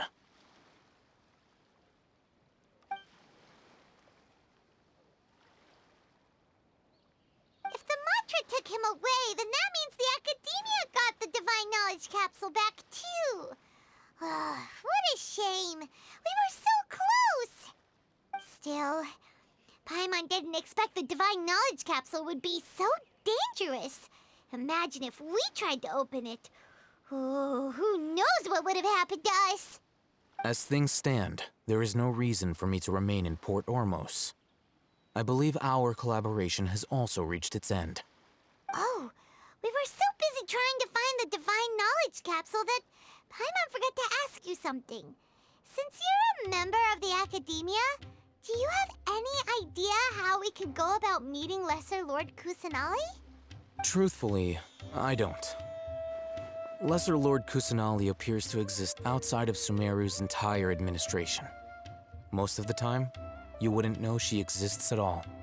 Moreover, since the Academia possesses the Akasha, a symbol of our deity's wisdom, scholars have no reason to desire to make contact with the deity herself anyway. Everything about Lesser Lord Kusanali is such a mystery! I'm heading back to the Academia. How about you two? It's almost the day of the Sub-Zeros Festival.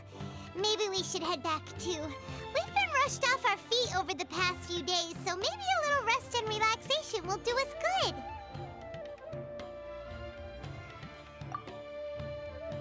Then we'll part ways here, Alhaitham, until we meet again.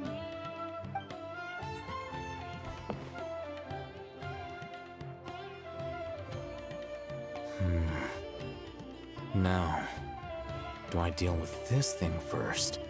Or should I produce the report that the higher-ups require?